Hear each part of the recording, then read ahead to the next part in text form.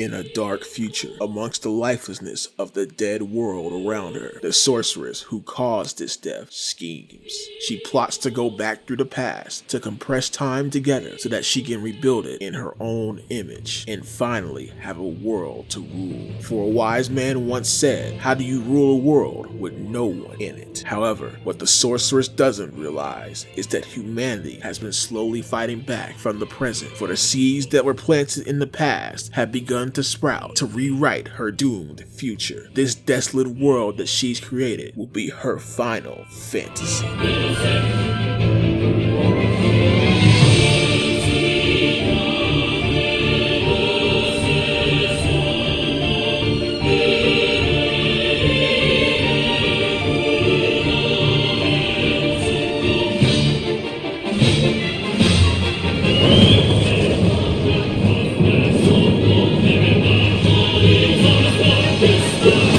Oh yeah, you already know what it is, man. When FF7 dropped, it took the gaming world by storm, ripping and shredding through homes. It was almost like Final Fantasy was a new series, so of course a sequel would be hyped to hell and back. We wouldn't get a sequel for about 2 years. In that time, we got another Final Fantasy, though this time it was a spin-off, a tactics-based game. Don't worry, I'll get a video on that later. But Square continued to be in its bag, releasing some of its most iconic pieces of software that generation. I'm talking about Parasite Eve, Brave Fencer Musashi, Xenogears, Bushido Blade, Erguys, and the list goes on and on and on. However, one thing that was constant with the release of those games was the slow promotion of Final Fantasy VIII. Now, Final Fantasy VIII did start development back after Final Fantasy VII was completed. In fact, Final Fantasy VIII and IX started development at the same time. Sounds crazy, right, for how big those games were, but they did it by splitting up the development team in half. Most notably in FF8's case, Yoshinori Katase and Tetsuya Nomura were on this team. But we can't forget the other developers like Kashije Nojima, Yusuke Noura, and Hiroyuki Ito, who would help shape the world and the characters that we see presented in the game today. And of course, help with the infamous battle system, more specifically the junction system. Now, what I'm about to say may sound like some ancient manuscript to some of you, but we used to have this thing called the demo disc, a disc filled with a game demo or other demos to promote other games, and FF8 got many, which helped get gamers into the newer Square titles and continue the hype cycle of Final Fantasy VIII. Hell, they even put Squall, that's Leon, okay bro, Leon or Squall, Lionheart into games before he appeared in his own game, like for instance Chocobo Racing. Needless to say, the promotion was intense, and that wasn't even including the trailers of the new cinematics, which improved so much since the last game, and the character models too. Everything looked as if players were about to receive more of the same from the previous game, except better. However, when the game dropped, it was a different story, because you see, Final Fantasy VIII couldn't be more different from Final Fantasy VII. And I mean that, because as I mentioned before, the entire battle system changed. Oh, it's still turn-based, but now it's with a buttload of new mechanics. On top of that, the setting changed for the game completely, as now you're playing as a mercenary high school student, which had its own set of responsibilities, like taking tests, interacting with your schoolmates, and playing card games. Hey, I couldn't be the only one that thought of that with this. And that's where the divide comes in. Look, back then it seemed people liked it, but today you ask around, you're gonna see some people who love it and some people that hate it, which is really not uncommon in Final Fantasy discussion today, or a lot of game discussion today, but it is notable for the games that are more divisive. But I feel like 8 really stood out because up to that point, at least in the West, there wasn't really a bad Final Fantasy game, or I should say one that was considered bad by a large amount of the public. But was it truly that bad? Spoiler alert, I don't think so. And if I'm being honest, I just think many people don't really get this game because of its quirks, and yet those same quirks are the reason why it's so revered by those who love this game. Final Fantasy VIII takes on a more sci-fi approach in its fantasy, and I'm not just talking about the futuristic elements, I mean the elements in its story too, with events that transcend time and space, and it convey elements of traditional fantasy. And let's not forget the emphasis on love and romance that is pushed so hard throughout the game that it's even on the logo. Now, throwing all these elements together can be a little complicated at first, like looking at a long math problem that you don't even want to process because of how it looks, but it just takes time to unravel. And you know, Mama used to say, take your time, young man, don't go rushing to get old. So if you take your time with it and watch the rest of this video, I think you'll start to understand how all these elements end up making a pretty radical Final Fantasy game and a pretty radical RPG overall. Hi, I'm Jay. You're tuning into the JayBlastNetwork, where we piece together the games left behind in the past that kicked ass, and this time we're dealing with the cycle of love and hate that surrounds the prolific Final Fantasy VIII.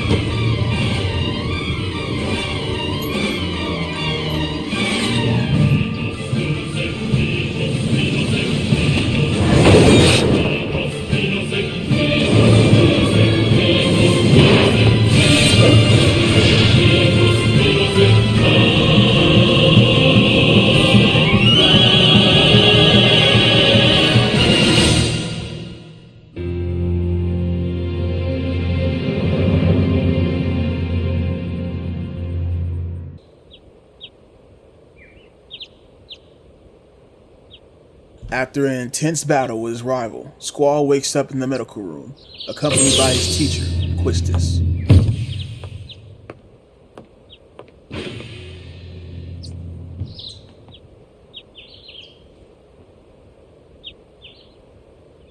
As they walk out of the medical room, the chimes of school bells can be heard in the background, with many students gathered in the hallways. This is Balamb Garden, home of the Seeds.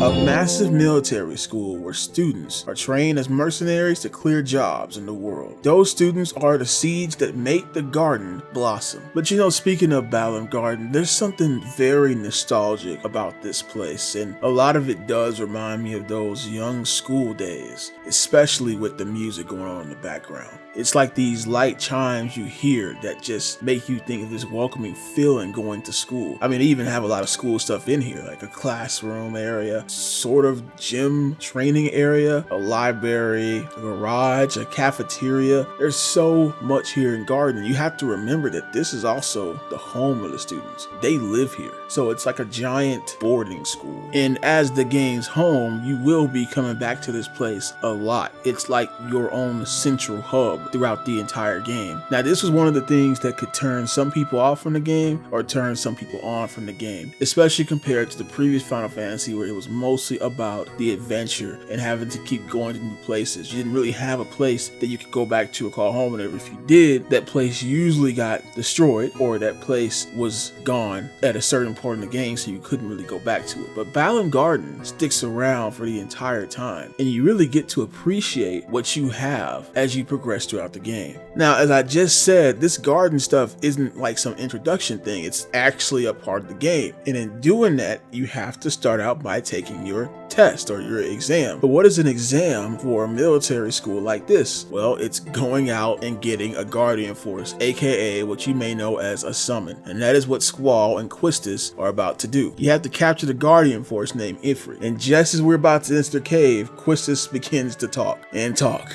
and talk. Holy crap. This is one of the problems with the game. It's the tutorials. And no, I'm not saying that the problem with the game is having tutorials, but it's how it explains this stuff with tutorials. One of the major problems that FF8 has, or what people say it has, is its battle system or its explanation of its battle system. I really think because of the way it's explained here, it makes it harder for players to really engage with it until they fail and they have to restart the game again. They didn't need to tell all of this stuff that Quistis is saying here. They didn't need to say this right now. Most of the stuff you will not use until later. All you need to really know is that you can equip a Guardian Force, and that grants you the ability to equip abilities such as magic, items, drawing, and Guardian Force summons. Now, drawing is a very important part of the game. Drawing is how you actually get your magic in the first place. However, you can only equip 3 abilities at a time when using a Guardian Force. That means of the 4 abilities I just mentioned, one of them is not going to stay. But in the beginning stages of the game, you really do want to have draw. You will be drawing magic from enemies, and that will give you the magic in the game instead of having to go find it somewhere. And you can keep drawing multiple magics from the enemy, not just one magic. And that will be how many magics that you can use. Now, another reason why draw is important because there are certain items, or I should say certain Guardian Forces, that are sometimes drawable from certain bosses. So if you don't draw from them, or if you kill the boss before you can draw for them, then you just missed out on that summon for the entire game. So you really want to make sure that you have draw equipped in its earlier stages, or you have it equipped whenever you need it for a certain boss fight. For me, I just take out the item slot because I don't usually need it until later into the game, and I replace it with the draw slot so I can have magic, draw, and my GF summoning. But some people might do it a different way. It's up to you. There's a lot of freedom in this battle system. It's just very irritating with the way they explain it. So after Quistis' rambling, you get Quetzalcoatl, which is your first Guardian Force. He's like this electric eel thing. He's actually pretty cool and pretty useful throughout the game. So you want to make sure you're always leveling up. That's another thing. Guardian Forces have levels as well. And as they level up, they do more damage, they get more abilities, and they have abilities you can equip to them. Now, you won't really get that in this tutorial, which is another reason why I say they don't really need to talk about it here, because you're not really going to get any of the Guardian Force abilities within this tutorial in order to equip them onto your character. But each Guardian Force has their own abilities. These abilities often give you another ability for your character to use, or give you a stat boosting ability like HP up 20% that increases your stats. These are very important to the gameplay. I cannot stress enough how important it is to the gameplay, because there are certain abilities and certain actions that if you miss out on or you don't get at a certain part of the game, you're gonna be screwed. And Quetzalcoatl has one that I'll talk about later. Anyway, you go through the cave and you go fight Ifrit. Ifrit is the second Guardian Force you'll get. Actually, I lied. Shiva is the second summon you get, and it's given to you by Quistis. Actually, Quistis has that summon on her, and that is the exact summon that you really want to use against Ifrit. He even gets scared by the fact that you have the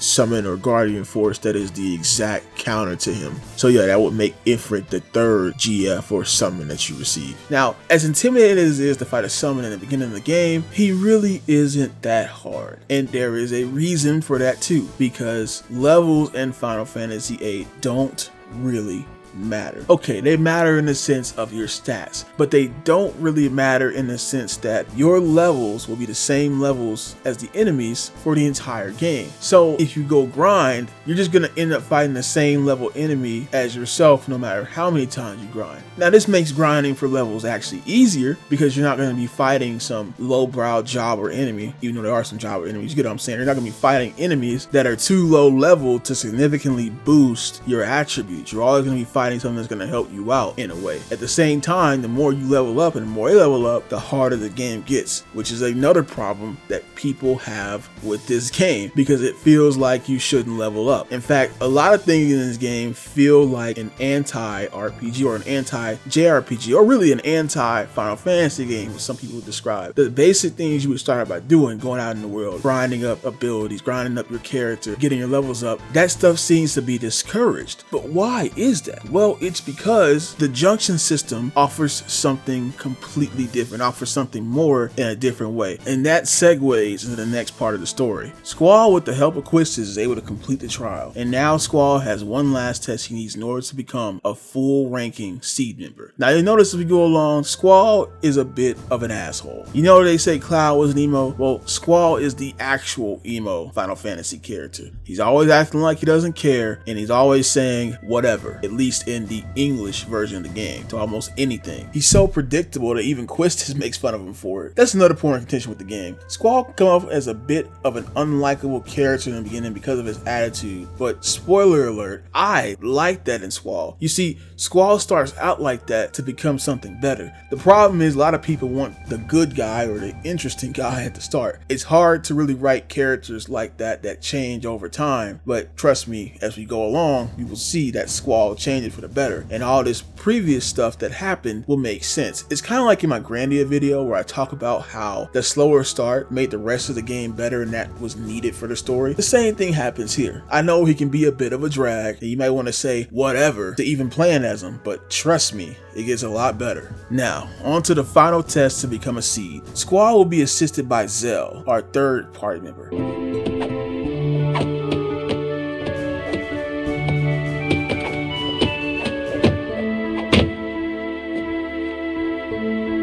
A hot-blooded heart of gold ready to beat its enemies in submission. Zell's personality completely contrasts with Squall's demeanor, which can lead to some funny dialogue. Cypher and his meat riders, Fujin and Raijin, also join along. Cypher was the guy that Squall was fighting in the beginning of the introduction sequence, aka Squall's rival. So this is going to be a fun party to be around as you're going on this mission. There's also a fourth party member, Selphie, who you meet early on but don't get to play as yet. She'll be important later. Now, according to Headmaster Sid, the headmaster of Garden, this is the real test. You're going to war with the Galbadia army as they push back the Dalek forces. The mission is to secure the city and wipe out the Galbadia army here. And man, is them arriving on the shore one of the most badass moments in a Final Fantasy game.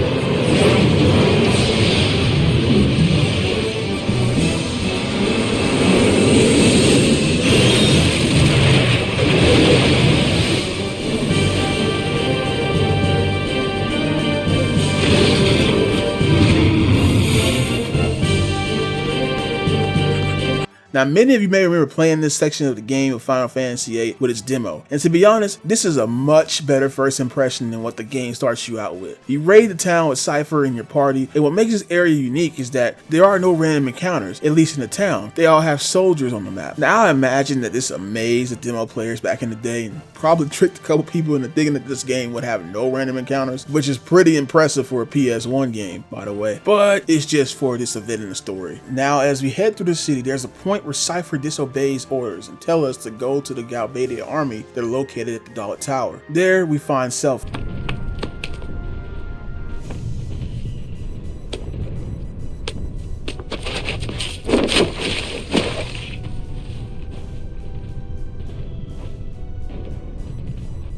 The high-spirited Nunchaku girl. She replaces Cypher as he goes off somewhere, and she becomes a permanent party member. Not much is shown of her character in the start other than that she's helpful, so I won't go too much in depth with her now. On top of the tower, we meet Biggs and Wedge? Aren't y'all supposed to be in Final Fantasy VII? No. In the words of Squall, whatever, I guess, because there's a bigger boss to fight. Now is a great time to talk about limits. Limits in the game work differently from FF7 as they function like an actual limit. First off, it won't activate unless you are actually low on health, and this is thanks to the hidden crisis meter that's been added. The crisis meter determines many factors before it gives you a limit. Most of that factoring being how much health you have, but it's also about the boss's health, how many teammates you have alive, and just in general how well you are doing in the fight. But once you activate this limit until you fully heal, you can keep using that limit over and over again. Now, everybody has a unique limit that involves some sort of different execution. For Squall, he has a rhythm game where he attacks the enemy multiple times until he pulls out a move. Sometimes he won't pull out that final move at all, but there are 4 versions of this final move, I should say 4 final moves. You only get one right now until you upgrade your weapons to unlock more. I'll get into upgrading weapons later. Selfies gives her the ability to cast magic. Now you can keep redoing this to cast different types of magic, and there are 4 unique magic attacks that you can get from this limit if you keep re-rolling. Once you unlock those magic attacks, they will appear more often than before. Again, you can only get one for now, and that is the full heal, which fully heals your party. The rest of the magic is pretty much just casting standard magic a certain amount of times or casting one powerful magic, even if you don't have that magic equipped to Selfie herself. Then there is Zell. Now Zell becomes a freaking fighting game as you have to input moves to perform different combos onto the enemy within a certain time limit. Now the cool thing about Zell is that you don't have to input what's on the screen. In fact, if you know the inputs for the moves, you can put those inputs in and Zell will do them. And this makes it one of the coolest limits in the game because you're constantly racking up combos to finish the job with a devastating combo finisher. So as you can see, using your limits and getting lower in your health is actually a really good strategy for the game, especially when you get your strength stat up. Oh, that reminds me of one of the primary functions of the junction system, and that's using the magic that you acquired in order to boost your stats. Now the way it's explained by a lot of people from what I've seen is as if you use the magic, you lose your stats, or you're putting magic onto your stats and that's going to be your overall stat, and you start losing the overall stats you have whenever you keep using that magic. But the truth is, think of the junction system like a boost in your magical abilities. You see, the junction system itself is stacking on top of your level, which is why everything is at your level already. You're near the level of everything, so you're not going to do as much damage as you would doing damage to something that was lower than your level. But the junction system adds stat increases to all of your attributes, and the more magic you have, the stronger that attribute will become. Now certain magic does better with certain attributes. For instance, more healing attributes such as Cura or Cure are going to be better equipped to your health stat, while more powerful attributes such as Fire or any strong magic is much better to your strength stat. And you want to keep getting more magic in those certain areas, like getting more fires, getting more cures and things like that, because that increases the stat boot. And when you use those magics in battle, it decreases the stat boost that you're given, not decrease your entire stat. I feel like this system just wasn't really explained well enough, because that is the feel at least I get when I watch a video on this game or people talk about this game that don't really like it. They often talk about how it lowers your stats and it makes the system sound really stupid, but it's not. It's actually smart. It helps you boost your stats. You're getting the stat boot. The only thing is that it isn't like in Final Fantasy VII where this would be super broken because you would get way higher stats than you're supposed to early on. This is actually much more tame in FF8 where everybody's stats is nearly equivalent because everybody is equivalent in level. However, as you'll see throughout the game, that doesn't mean that the system cannot be broken, because my god, the junction system can be a pretty broken system even in a game that's set up for it to not be a broken system. Once you beat the mutated platypus, you gotta escape. But before you can, this giant mecha spider comes out of nowhere and you gotta run from it. Now, you can kill this spider if you want to, but you're already under a time limit because everybody has to get back to the beach so they can escape on the ships. And when you kill this thing, it will just keep getting back up and up again. You best run unless you actually know what you're doing. Squall and his team are barely able to make it as they make their epic escape from the island.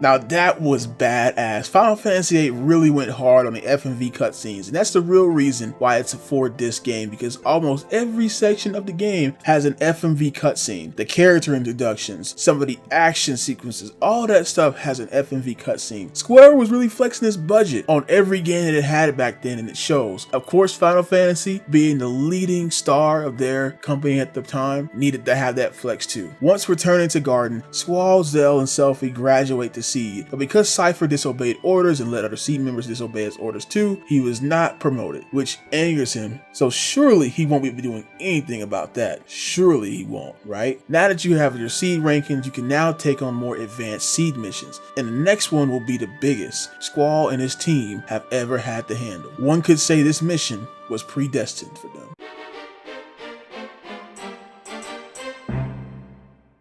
Later on that night, Squall attends a ball at the Garden. There, he meets a mesmerizing woman.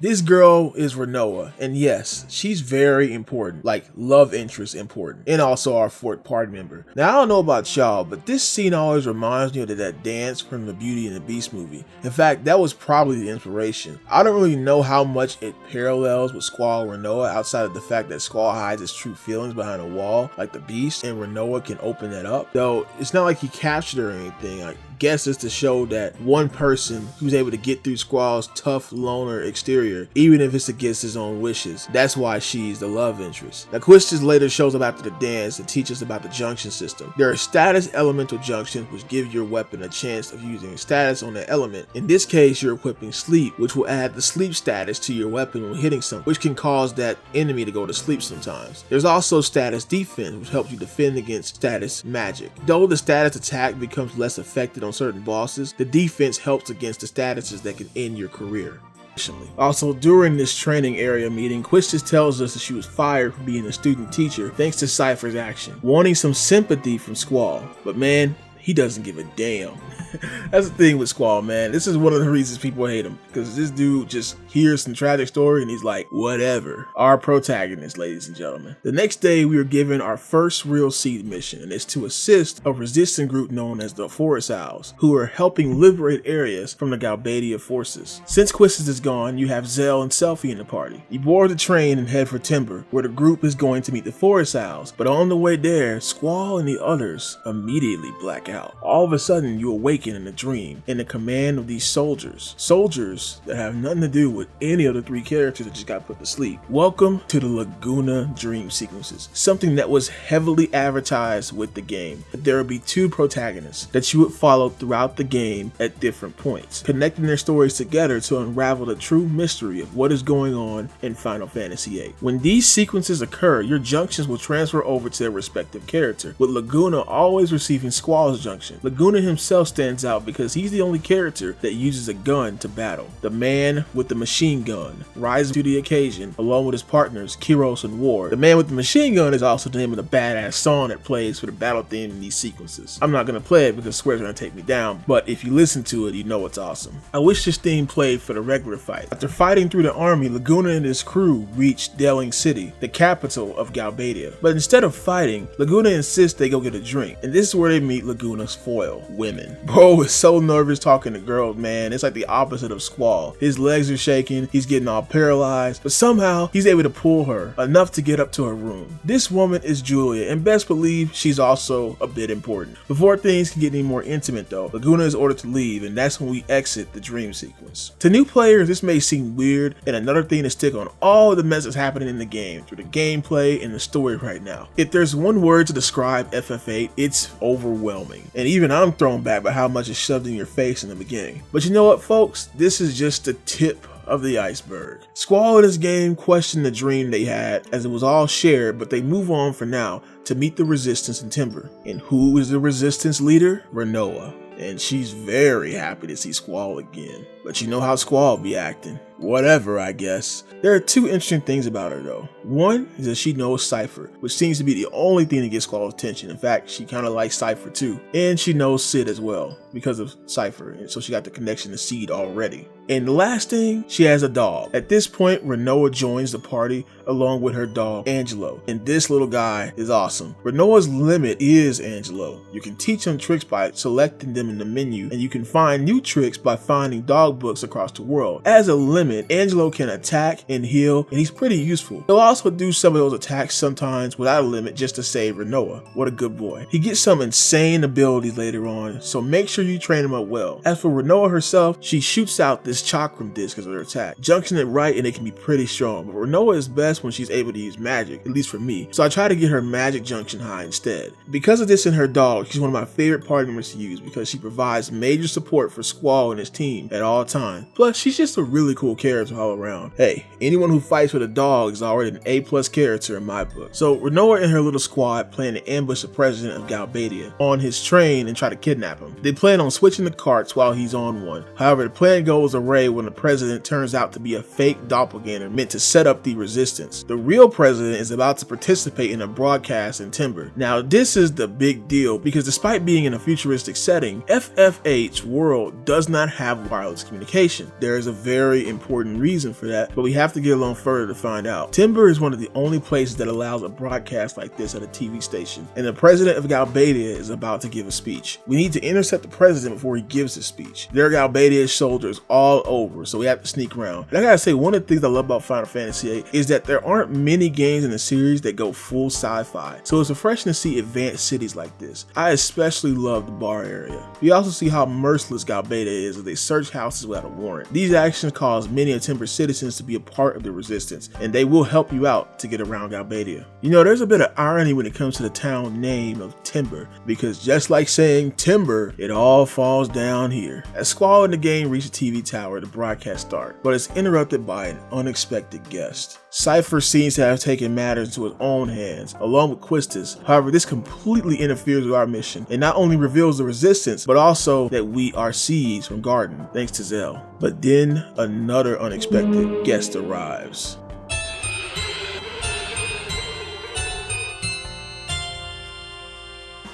The sorceress arrives and somehow is able to manipulate Cypher into joining her thanks to the intense situation he's in now. The president also escapes, meaning that this was a failed mission, even more of a failure than it already was. So the team barely manages to escape Timber and head to Galbadia Garden. Oh, and now Cypher might be dead, so everybody feels really bad about the entire situation, including Renoa, who takes it the hardest.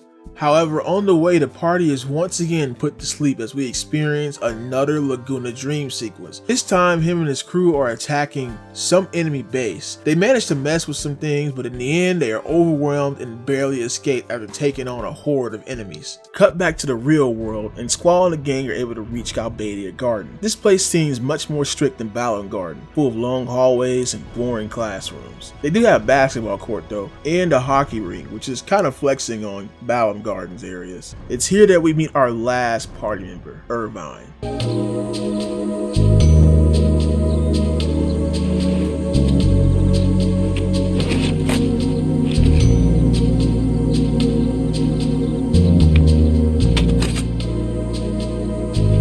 The laid-back ladies man who can snipe your heart away. He doesn't get much of an introduction besides trying to hit on the ladies, but Irvine does live up to his title. He fights with his rifle, shooting opponents from a distance, and he comes with ammo. There are many types of ammo across the game, but for now you're stuck with normal ammo. This ammo is not used for regular attacks, rather it's used for his limit break because Irvine is able to shoot powerful ammo in succession to do massive damage, and trust me, some of the later ammo will wipe out enemies completely, making him one of the most powerful characters in the game. His role right now in the story is to assist Squall and the others in assassinating the sorceress, seeing that it is the way to truly free Galbadia once and for all, and he is the one that's supposed to achieve the finishing blow by sniping her. The sorceress will be in Delling City, the city from the first Laguna Dream sequence, so we head there. Now what's cool about the world map in Final Fantasy VIII is that you now have multiple vehicles. In the previous game I mentioned how vehicles were sort of used as a progression. You started out walking, you got a car to go over rough terrain, you eventually got a plane/boat to go over water, and then you end up getting the Highwind, which was the ultimate method of transportation, being able to fly. FF8 doesn't really work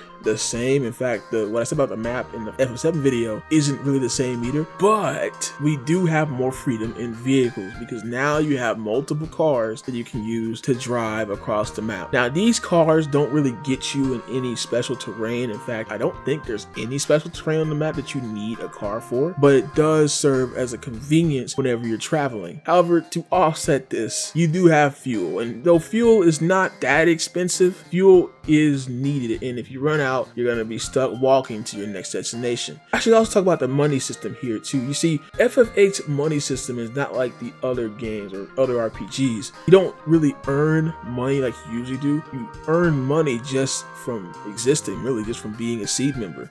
And the more you walk around, the more you do things, the more money you will earn over time. You'll see when you earn that money. And as your seed rank goes up from completing seed tests, yes, there's seed tests that you can take that basically go over the mechanics of the game, you will be able to get more money after completing that and raising your rank, and also get more money as you go throughout the game. So you always have this passive income no matter where you go. So you'll just accumulate a bunch of money at a certain point and end up being super rich. But to offset this again, stores don't really sell a lot of useful items, at least up front. You see, stores sell the basic items and that's pretty much it. They don't really sell any weapons either because you need materials to craft and upgrade your weapons from before. Now, if you're a really good player, you can upgrade Squall's final weapon on the first disc, but that's doing a lot of stuff and going through some stuff I haven't really explained yet. It's a lot to deal with, but you have to find materials and weapons, making shops pretty much useless outside of getting a couple of healing items for the beginning of the game. Well, I should bring up the fact that you should use it for the Phoenix Down so you can revive characters in case they go down, but I wasn't really dying like that for the most part. As the party makes it to Delling City, you realize something. No matter where you go in Delling City or when you go, it's always night. You can even go to that hotel from the dream sequence too. There's also a bus system here that takes you to different areas of the large city, and this is how we reach the commander of the clan, who is actually Renoa's father. Yeah, so the commander of the army and his daughter are leading a resistance against said army in plain sight. How bold. I guess now it's time to mention the interaction between Squall and Renoa. As I've said many times before, Squall kind of comes off as an asshole. I mean, the guy is constantly blowing off his teammates, always in a pissy mood, and just seems to not care about a damn thing, usually saying whatever to most things that are brought up, which is why I've been emphasizing it. However, Renoa is probably the one character that could deserve this type of treatment, at least in the beginning of the game. Now, she's not a bad character, she also evolves, but ever since she's joined, she's treated this whole operation like a game, getting information wrong and trying to play hero, which almost cost lives and wasted a bunch of time. So it's understandable that not only Squall scolds her about it, but also her father does not want her a part of the operation to assassinate the sorceress. Unfortunately, this internal conflict is the start of the downfall of this operation. But just like any assassination plot at the beginning of any media, it all goes to shit. First off, Renoa gets locked up by her father. Before that can happen, she escapes, leaving our B team there, who went to go talk to her in their locked room. Then we have to play as Renoa as she makes the dumb decision to try and take out the sorceress herself to prove herself to the team, only to be caught immediately. Oh my god, bro. Oh, hell no, man.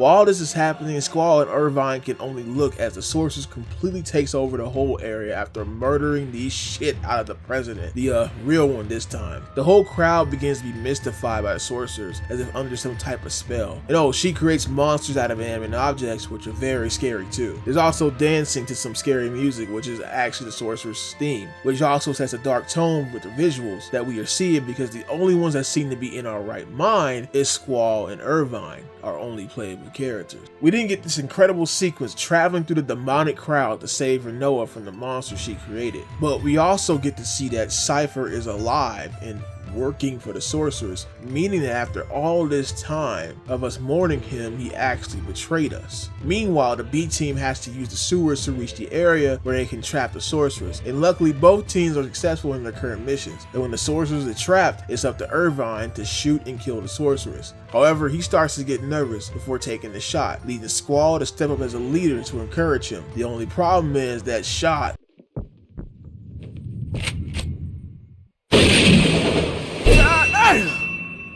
yeah, it fails too, leading the Squall taking charge to take the sorceress head on in the badass sequence.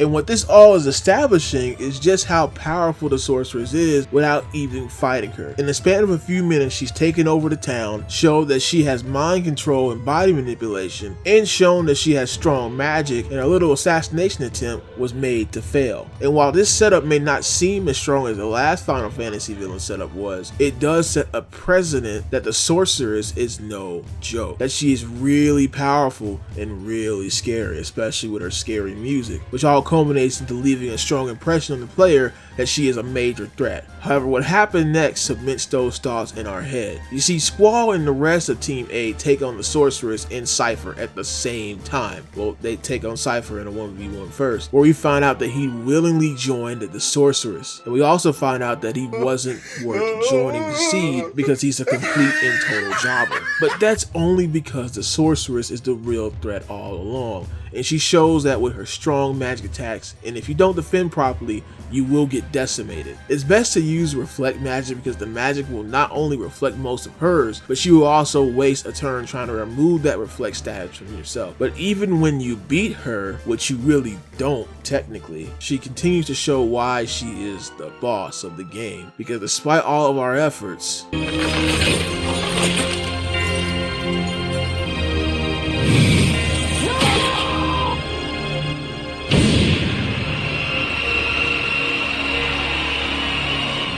we lose terribly.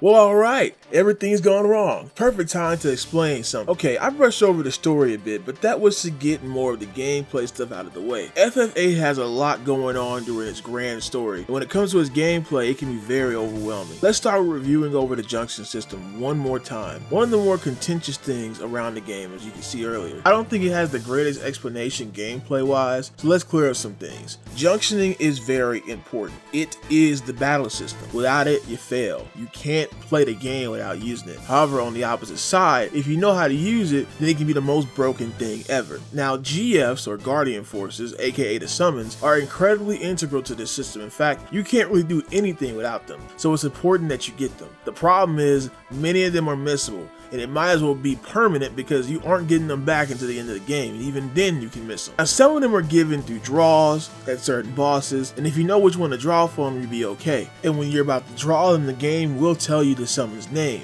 However, if you don't know which bosses to draw from, you're not constantly drawing, it can be annoying on the first playthrough to miss some of these summons. Now, this isn't the only way to get GFs. Some of the GFs are given to you, and some of them you have to fight, like Diablos. So right before you head to Timber, Headmaster Civ gives you him to fight whenever you want to. And he is a hard fight, but it's all to test you on how you junction, with the main strat being drawing Demi from him and using it on him, which will cause him to heal you. I guess he's in on some sort of test that Headmaster Civ was trying to give you, the test of learning the junction system. Now, Demi is really good early on, so try to draw it a lot from him. Once you beat him, you can junction him. Now, the characters can junction multiple GFs at a time, and this is important because each junction has multiple skills that you can learn. You can select which ones to learn first, which is important because each GF can only obtain a certain amount of skills. Some of these expand what stat you can junction, while some of them give you stat increases that you can add onto your character while junctioning. There are also abilities or status effects that you can add, though some of the ability will take a slot of your main 3 sets of abilities, like treatment. I never really use these on my playthrough as my slots were very limited. However, the other abilities that aren't tied to battle or where it's at. Quetzalcoatl, for instance, has an ability called Card Mod, which allows you to modify cards or monsters which you acquire by playing a card game, which will be discussed later on in the video. This ability essentially lets you turn monsters into cards to be used later on. There are refine abilities for different types of magic as well, which each GF has. The refine abilities allow you to refine items into magic. Drawing can only get you so far, as you can only draw what the enemy has, but with refining, you can get strong magic early on. Now, this matters because of what junctioning magic does. Now, I don't think it's really explained well by anybody because most linger on the negatives, but junctioning is supposed to work as bonuses to your stat numbers. Certain stats increase more with certain magic, for instance. Junctioning healing magic, the health stat, will increase your health more than any other type of magic. Now, using this magic in battle does decrease your stats, but that's only because you're losing one of that magic that you've had. You see, the number of magic you draw is not just for how many times you can use it, but also how many times it is applied to your stats. 100 of a certain magic in each stat maxes out whatever the magic you can produce for that stat. However, your base stats do not change unless you level up. Everything in FF8 is tied to your level. If you level grind, the enemies will just level with you. If you junction, however, it's kind of like cheating to get higher stats than at your current level. In theory, this should eliminate grinding, which it does for battles, kind of. Instead of trying to draw, you can refine. You want to refine because the magic you draw will only match your level. So if you stay at a low level, you're only going to get low level magic from enemies. But because enemies level with you, it gets a lot harder to just play the game if you try to grind levels up. The strat most people use is keeping a low level while refining magic, but you can't do this without having any of the GFs, and if you're missing one of them, it's very detrimental to this strategy. Take another GF brothers, which are in this cave, which you are told to go into early on. You can miss them if you just stop exploring after you get what you were looking for, but if you do find them by doing this puzzle, by the way, this place is annoying to navigate. It's a maze where everything looks the freaking same, even trying to exit is a pain. But if you find them, they proceed to whoop your ass. Might as well give up. I didn't learn until after the battle that you're supposed to use float to stop them, and also I was just learning the junction system, so many of my junctions were terrible. I mean, I looked online and saw people with 3000 HP already, and I was like, what's going on here? Turns out I just didn't junction right. And that's the thing that will make or break people with this game, junctioning. But honestly, once you understand it and once you know how to grind for the game, I don't think it's going to be much of an issue. In fact, I think it makes the game stand out. The problem is so much of it is relying on having a guide, because if you keep making certain mistakes and missing certain things, by a certain point in the playthrough, you're just going to have to restart the game. And I can understand why that would leave a bad impression on players. One more part of the junction system is the elemental attack and elemental defense. Elemental attack makes your attack at element, and elemental defense helps defend against the element. Attack is unnecessary for the most part unless you really need to take down someone specific. You run the risk of having your attack weak to every other element, and if a character or an enemy is that opposite element, you're pretty much screwed.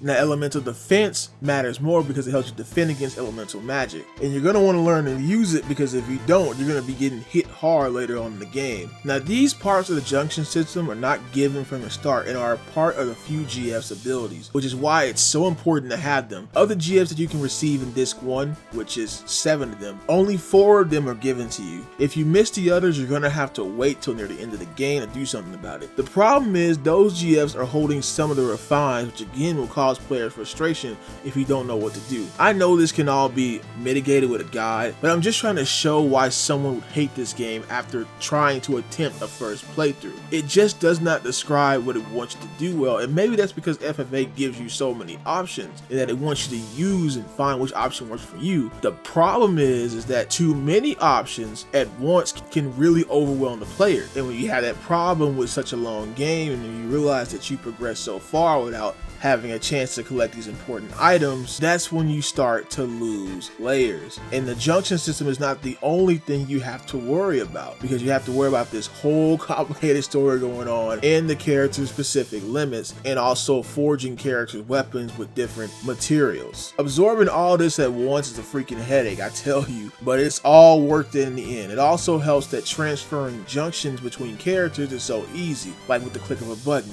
Thank God they added that, because FF7 had having to manually change between each character, and it was such a pain. And to give the game a little bit of credit here, the game does try to find ways to kind of teach you or prepare you for the upcoming fight. For instance, right before you fight the sorceress, when you fight her little iguanas that she summons, you're able to draw Carbuncle from it. Carbuncle is a summon that casts Reflect on all your party members, which is really important for when you're fighting her, since she's multi-use magic. She can waste her turn using magic against you, and you can do more damage to her at the same time. The same thing happens with Float in that dungeon I told you about, because you can draw Float from some of the enemies. The problem is just that a lot of people, if you're not paying attention, if you're not drawing all the time, and if you're not experimenting all the time, you just won't see these things. But you could also make the argument that people should be paying attention to the mechanics of the game, and I can understand that completely.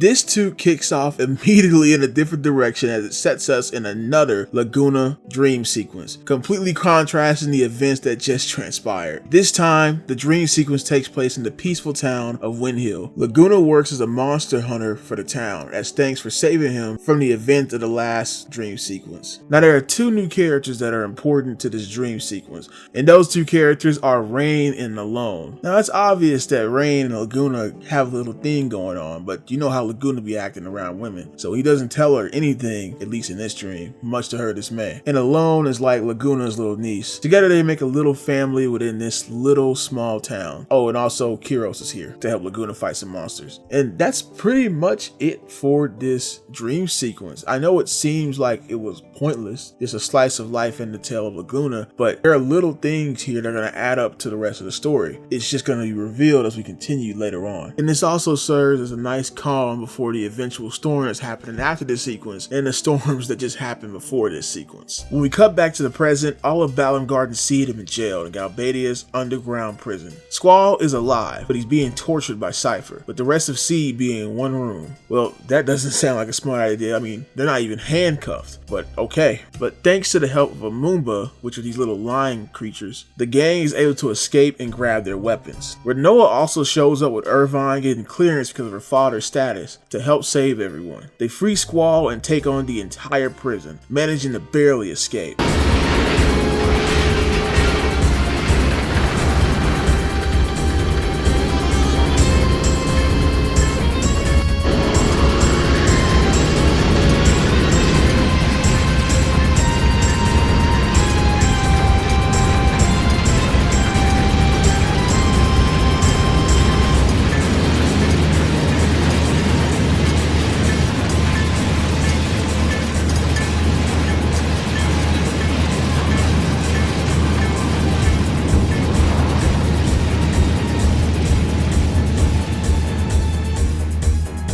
After escaping the prison, the group learns that thanks to them being revealed as Seed live on TV, Galbadia wants to retaliate. And their way of retaliation? Destroying the gardens. The group agrees they must split up, one to warn Balam Garden and another to dilute the missiles from being fired at all of the gardens. The pressure is on for Squall as he is appointed the leader and has to choose who stops the missiles, knowing that he could be leading them to their own death. Squall already has issues relying on others, and now he has to be the one that is relied upon. And we we see him start to struggle with this dilemma. This is one of the lessons that Squall has to learn not only through this disc but throughout the game, and that is to be able to rely on others, which is something that we'll get more into as we see his portion of this split up. I think now is a good time to talk about this party structure of Final Fantasy VIII and how in many ways I think it managed to be better than FF7's party system or previous Final Fantasy or many RPGs that have a bunch of party members. Now the previous game had 9 party members, but when you only have 3 slots for battles, you're gonna run into many playthroughs where you barely use a few party members, especially when one of those slots always has to go to the main character. I know some like to have more options, and I do too, but that comes with splitting these options, stories, and gameplay, and it becomes a pain in the ass to 100% when you have to level them all up. In Final Fantasy VIII, there are 9 party members, technically, but only 6 are in your main party, and 3 are in the Dream Party. The 3 in the Dream Party are only temporary, so you don't have to worry about their levels. The other 6 are in the main party.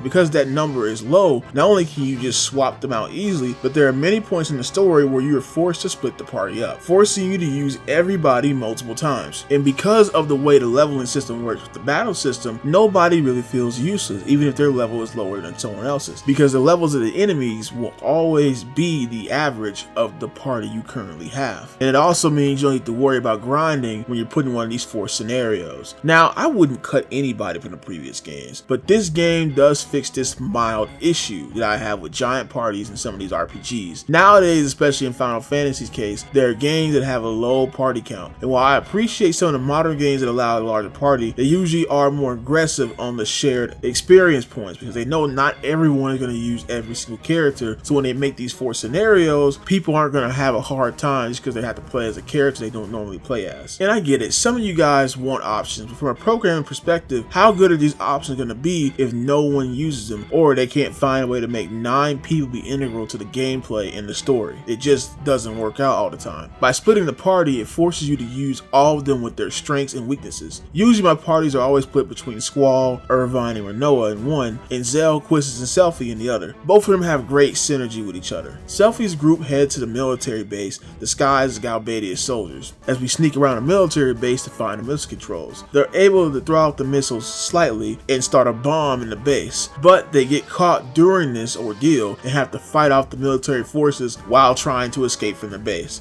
You better learn how to junction at this point because this too does not play around. When I first played this game, this boss completely washed me. With all of his health and his parts needing to attack, it was a whole mess wondering why I was getting my ass handed to me. But now that I learned how to junction properly, he really wasn't that bad. It's a wake-up call for those who didn't junction right. The team is able to defeat the opposing forces, but are too late to escape the base before the self-destruct sequence, leaving them to fall to the base's destruction.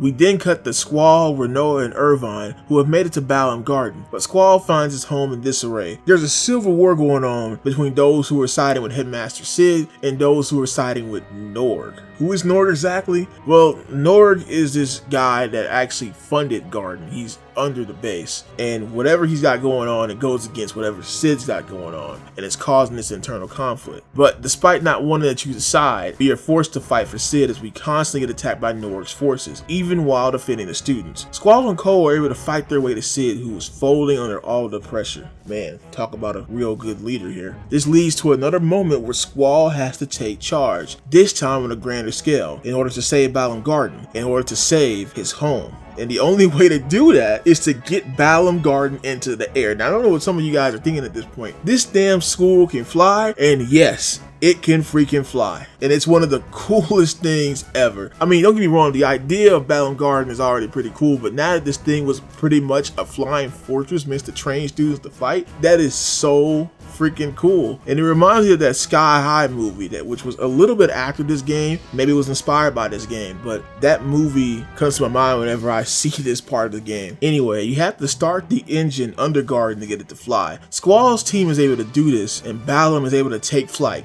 avoiding all the missiles headed towards it.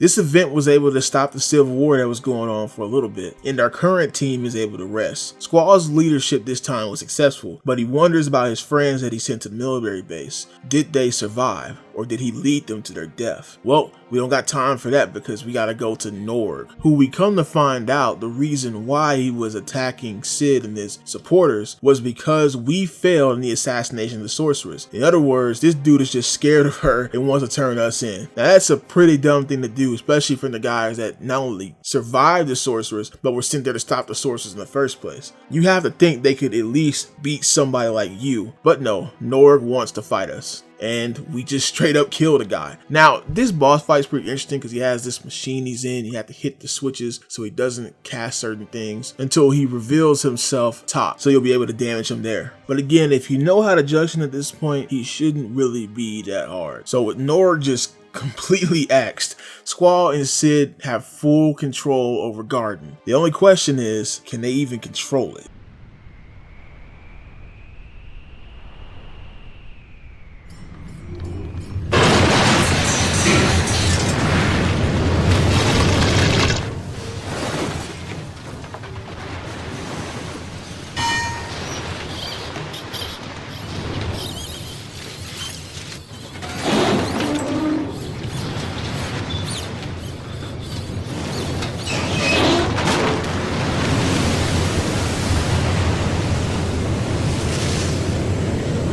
We've just crashed into Fisherman's Island, and surprisingly the locals aren't pissed about this. Well, aren't as pissed as they should be. And this is mostly because they're a pacifist city. Well, they better learn how to fight soon because Squall's team ends up confronting soldiers in the city, and none of that peace talk is going to stop them from attacking. But the soldiers aren't the problem though, because the boss from the military base soon comes out of the water. But in this damaged state, Squall and his team were able to defeat it pretty easily, and just when Squall and the others were worried about the other team at the military base the most, they actually arrive out of the machine. They use the machine to escape from the military base unharmed, and now the party has been reunited. Squall is relieved and for the first time in a while has realized that relying on someone has paid off, and it was all due to his leadership.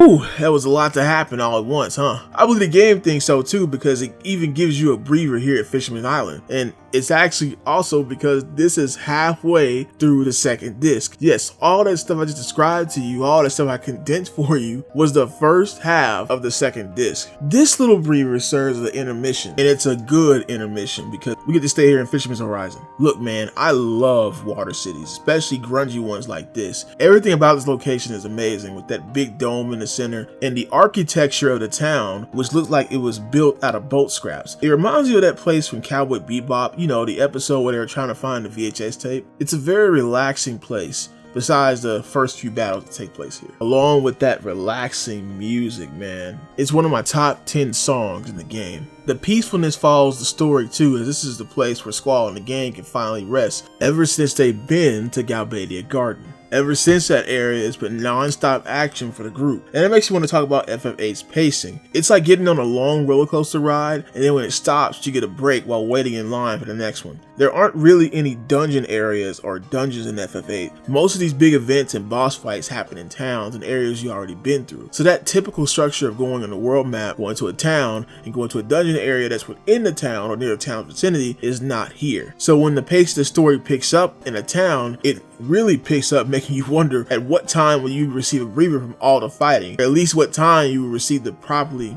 prepare yourself for the next battles. It's areas like this and moments like this where you're able to do that. After a big session of fighting, you get a big session of relief, and this time it extends far beyond Fisherman's Horizon. Before we leave this place though, everyone celebrates overcoming the battles with a concert. Everyone except Squall and Renoa gets to play an instrument in the concert, and you get to pick which instrument you use. It doesn't really matter because it's gonna sound decent regardless, but it's cool that you get to mix and match different instruments to see how it sounds like. Now, the main purpose of this was to really bring down the tension that's been built up from the last section, and really to show Squall that he can depend on his friends and also get him some alone time with Renoa. Squall at this point is still a little bit closed off, but he is starting to open up a little bit more, even if it's in his own jerkish way. Whatever, I guess. After the celebrations, Garden's fixed up, and now we can use the whole school as transportation, air transportation. Welcome to the start of flying in the game. Now, it's not as free as you would think. You are still flying around a big school, you know, so you would still have to go on land from beaches as if you were controlling a boat. There are also a couple of blockades on the map, including these bridges, which you can't go over.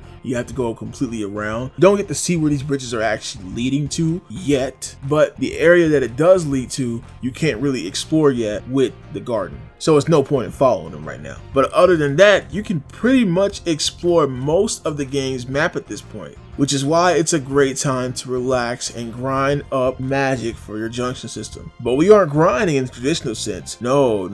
We're gonna play something different. We're gonna play some triple triad. Now, Triple Triad is a completely optional card game that at first seemed like a fun break from the main gameplay. But you see, the cards are the key to your success. Let's go over the game's mechanics. First, Triple Triad involves placing cards on a 3x3 board. Each player takes a turn placing a card, and each card has 4 numbers in the top corner. These numbers are supposed to represent the power of that card in that area, with the separate areas being up, down, left, and right. If a card is placed beside any of these directions with a higher number on that side, then the weaker card will turn into a card for the person who put the stronger card down. The goal is to have the most card space on a 3x3 board by the end of the game. Now, there is a hierarchy when it comes to the cards you can get, with a bunch of them being weaker monsters. These aren't the cards that you want to use. No, you want to use the stronger cards, which are usually boss monsters, or summons, or the character cards. Some of these cards have letters instead of numbers in certain areas, and that overrides all the numbers. Now, Kutsukado has an ability called Card Mod, which allows you to refine magic from cards. This is fine to use from the weaker monsters since you'll find them a lot, but for the stronger cards, including the character cards and the summon cards, it's best to keep them in your arsenal. That's how you're going to keep winning these triple triad matches. There are also region-specific rules, and these rules add factors to the game, like adding elements that boost a certain card number if they match the element in that space, or lower the number if they are the wrong element in that space. And then there are rules like random, which makes it so you can't choose which cards selected in the beginning. There are ways to change the rules in certain regions. A lot of this has to do with the card master of the region, but it's something that I didn't bother with that much. Now, here's the crazy part about Triple Triad. Everybody in the freaking world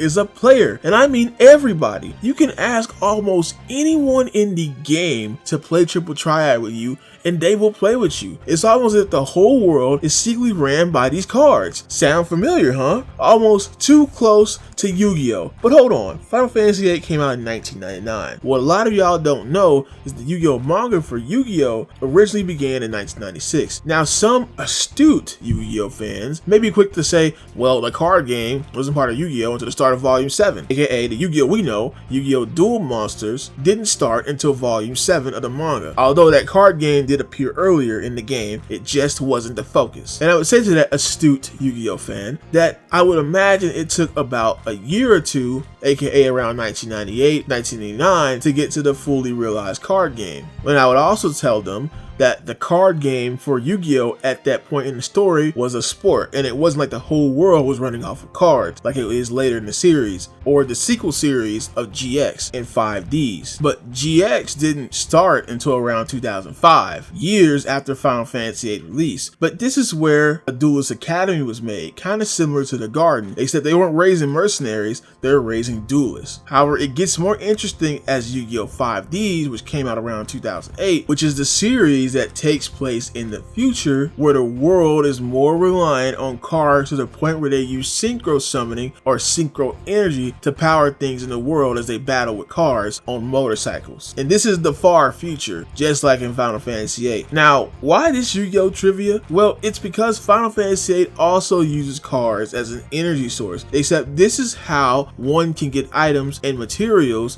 and magic from modding cards. And since everybody in this world plays this card game, just like Yu-Gi-Oh! 5Ds, you can pretty much get all of your magic just by playing Triple Triad. In fact, that's the way people get their magic early on in the game. All because this infrastructure is secretly ran by this freaking card game, just like Yu-Gi-Oh! 5Ds, and it takes place in a giant school, just like Yu-Gi-Oh! GX. Now, I'm not saying either ripped off either, but what I am saying is that it's interesting that they'll share those similarities. Anyway, card modding is a real reason why you want to play this game, as this is how you get high stats early on and good abilities early on, because you can't find those or fight those monsters yet. You have to win those cards from beating certain characters, which if you win, you're able to pick one of the cards they have. However, if you lose, they're able to pick one of the cards that you have. So it's best to save before doing all of this. I always save before I even do in a battle, because I don't want to lose an important card like my character card, because those bastards will go after your character card. By the way, your character card can be found on different people. Some are more specific to get than others, but they are some of the strongest cards in Triple Triad. So if you want to run through the competition, these are the cards that you want to get. In a way, Triple Triad itself is like a cheat code for this game, which already kind of has a cheat code with the junction system, because now it's giving you high level magic that you probably wouldn't even be able to draw from enemies unless you're at a higher level, and you probably wouldn't even be able to obtain from the ground unless you were at a higher level in the game. The good thing about Triple Triad though is that it's a great card game on its own, and it's pretty addicting. I spent about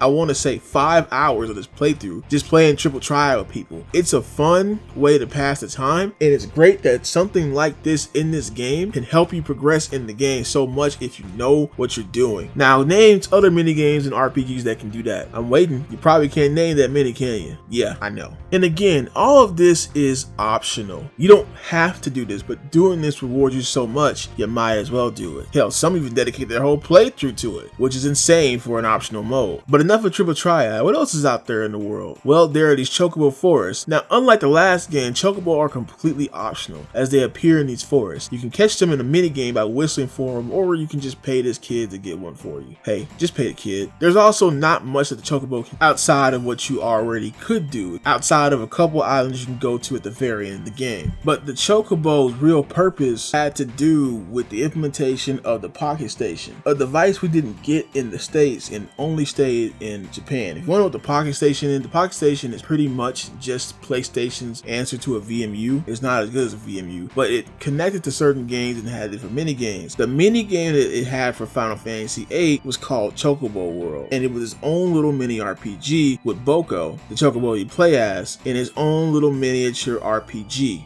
Now, you played this RPG to get items that you could put back into the real Final Fantasy VIII game. All of these features have been disabled in the modern release of Final Fantasy VIII, but they are obtainable in the US copy of Final Fantasy VIII if you have the Pocket Station, because the Pocket Station was a universal device despite only releasing in Japan. Pretty cool, huh? Also, the item that you get can be found still using one of Angelo's abilities, Angelo's Search, so it's not like all that stuff was lost. I'm not going to go too much in depth on this game because I didn't even get to play it myself because I don't own a Pocket Station. This game wasn't put into the FF8 remaster, but I think that was a pretty cool extra to add to this game, though I wish it wasn't the cost of the chocobo's gameplay executed. And then there's Sunhi Village, a secret village lived in by these weird creatures. Laguna visited this village before and taught the Moomba to speak. These little lion things that we saw in the prison are actually evolved versions of these guys, and you can grind the Ultima draw spot here, which will be important later. These guys are actually the species of what Norg was, except Norg just kind of went out of control compared to these guys, so that's why he looks all off and fat and gooey and disgusting, like Jabba the Hutt. The world of FF8 is pretty scattered, unlike the last game. There is no drawn out path to go to. In fact, it feels like there are less towns in the game than before,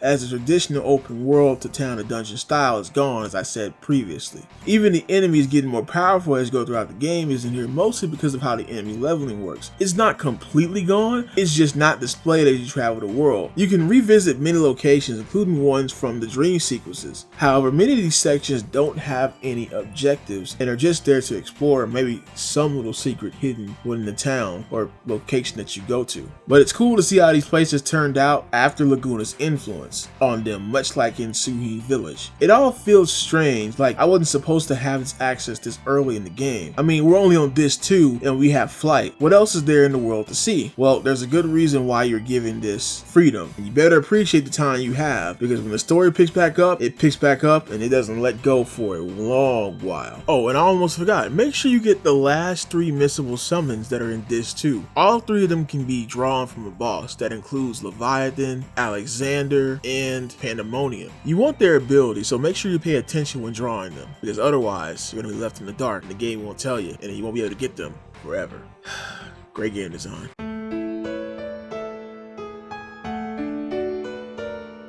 After a skirmish with Fujin and Raijin and Balam, Selphie recommends that the group goes up north to Trivia Garden, the third garden that Selphie transferred from at the beginning of the game. It's been destroyed almost completely. We couldn't stop the missiles from hitting it, and while there are survivors, that doesn't mean that the body count isn't high, as you don't even have to go far to see a cemetery of fresh graves. Jeez, at least the survivors have some joy with Triple Triad. But why are they using the random rule, man? I hate that rule. I mean, there's even a more somber version of Garden Steam playing here to show how bad things have gotten. Anyway, the game meets up at the court, and through reminiscing, a big reveal occurs. Probably the most important reveal in the story. The group is able to remember their origins and how they were all orphans. Squall would seek out his sister to return, that sister being Alone. Oh yeah, I forgot to mention in the previous section, during this party split up when Squall was in Balam Garden, he met Alone, and we found out what Alone was actually doing. You see, Alone was sending Squall into the past to try to change the past. So all of these dream sequences that we've been having is actually her trying to send us into the past. However, she's starting to realize that she can't change the past,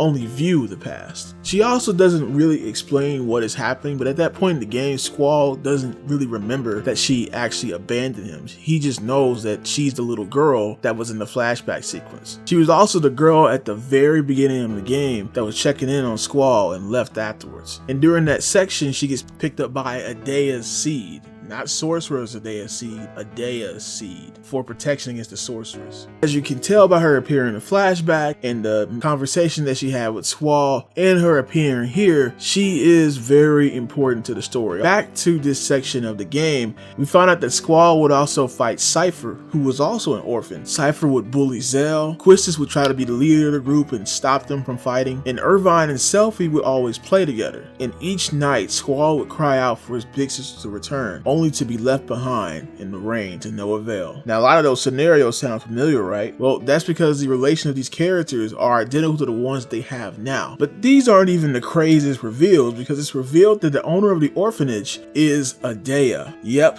the sorceress Adea, before she became a sorceress. You see, a sorceress is a mantle given by an evil power. Adea had to come in contact with this power, and that's why she is the way she is now. And the reason why the party doesn't remember any of this is because of the Guardian Forces. Well, everyone except Irvine, who just started using the Guardian Forces once he joined the party. You see, the Guardian Forces use a power of your brain that takes parts of your memory away in order to use it. In other words, the stronger you get with them, the more you forget your past. But yet, despite forgetting their past, all of the characters end up acting the same as they did when they were kids. And this also makes Irvine's first initial interaction have a whole new meaning, because at first it just seems like he's trying to be cool, playboy type, but in reality, he's meeting his friends he hasn't seen in a long time that don't even recognize him at all, and he has to play it off like he just now met them too. Him trying so hard to get with Selphie was him trying to reconnect that relationship he had in the past. All of his actions and dialogue become much more tragic as he's trying his best to recreate the relationships he had before. But to this group, he was just an outsider. Now, with this context, it actually makes Renoa the outsider, trying to fit in. In fact, that was a lot of her character during the first episode of the game. Her learning what it means to be a seed, to fight in a revolution, and that war was no game, but rather a battle for survival. I should also mention this romance subplot between her, Quistis,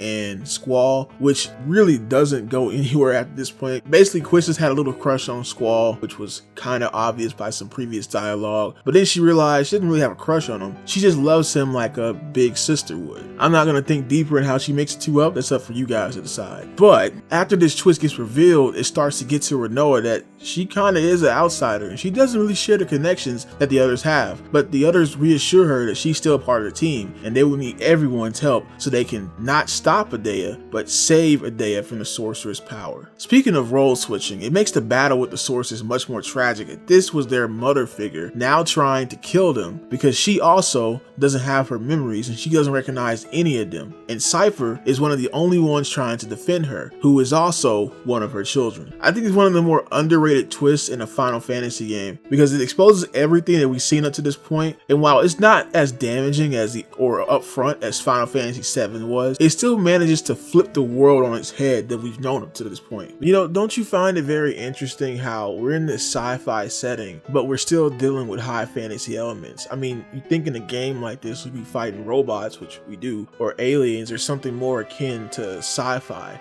But no, we're still in the high fantasy elements, fighting against sorceresses and dealing with traditional magic and traditional magical possessions. It's a very nice blend to see that. I do wish that we did have some more sci-fi elements included into the story, but to mix that together in this style is what makes FF8 stand out so much. FF7's magic and enemies felt like something that was akin to its environment, but this game, it feels like two opposing genres are clashing against each other, and our characters mostly use the more sci-fi elements with their weapons and their abilities, while our enemies are mostly using the magical elements, at least the main enemies that we fight. Now, after understanding this, the group plans to head to Adea's house, which is all the way at the bottom of the map, to see if they can find any clues to where Adea is. Well, they arrive at Adea's house, and it's still there, but it has an ominous feeling. Something is off, and as the party turns around, floating in front of them is Galbadia Garden. The sorceress has arrived, and the Battle of the Gardens is about to begin.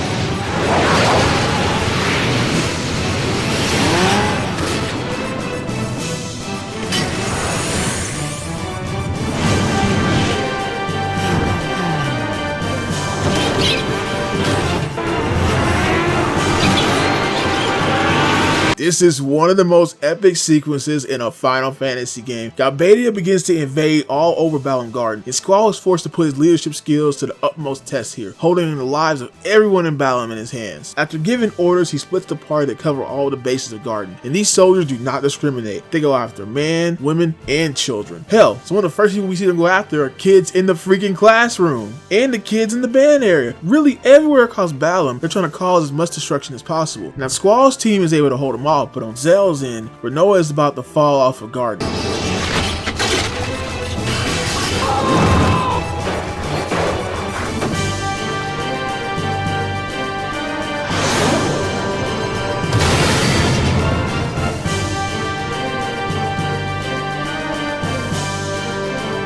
Squall's leadership skills are put to the test once again, having to choose between Garden as a whole or Rinoa. Squall chooses to leave the rest to his friend's hands and go save Rinoa.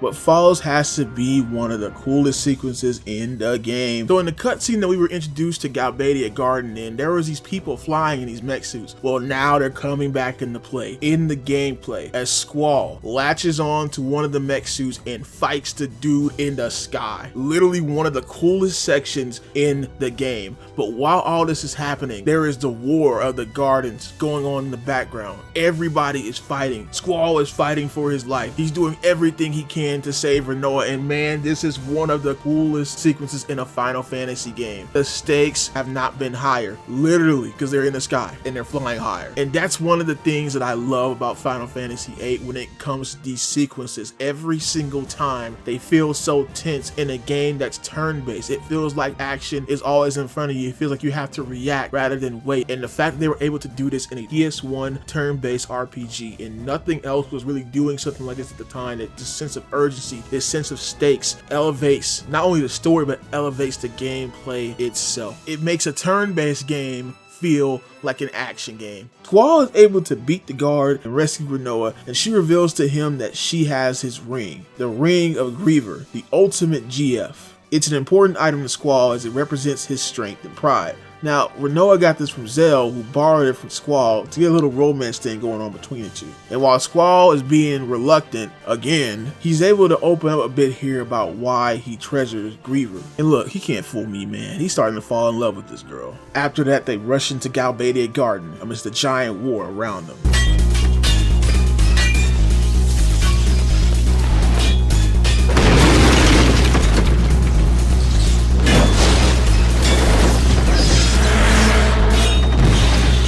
Well, here we are, back in Galbadia Garden, another home taken by the sorceress. Now everything is locked off. You need to find keys to get into certain rooms. Man, I got real lost here. Despite it having unique areas like the basketball court and hockey rink, most of it is freaking hallways that have the same freaking rooms over and over again. And when you're trying to find key cards to open up certain rooms, certain locked doors, it starts to get annoying pretty damn fast. Eventually though, you'll get out and you'll have your first boss fight of this section, Cerberus, who doesn't seem to be on anyone's side, but we need to beat him so we can get his Guardian Force. I can't lie, this is the part where I really had to start improving my junctions because he was kicking my ass hard at first. Cerberus can activate triple and hit 3 times at once, and if you aren't prepared, you're gonna die. On the other hand, once you get him, he helps you with casting triple to the whole party, which is great for popping off spells. After this, the party is able to encounter the sorceress and Cypher again, and it repeats just like the last time, fighting Cypher first. And I can't lie, Cypher is weak as hell. I know he's supposed to be an important rival to Squall in the story, but almost all of his fights, he is just a jobber, and that's because he's just an appetizer for the actual full course meal that is the sorceress. Because you see, Idea on the other hand can be a bit of a problem with her magic, but if you have triple, you'll be able to take her down real quick, finally saving Idea from her curse.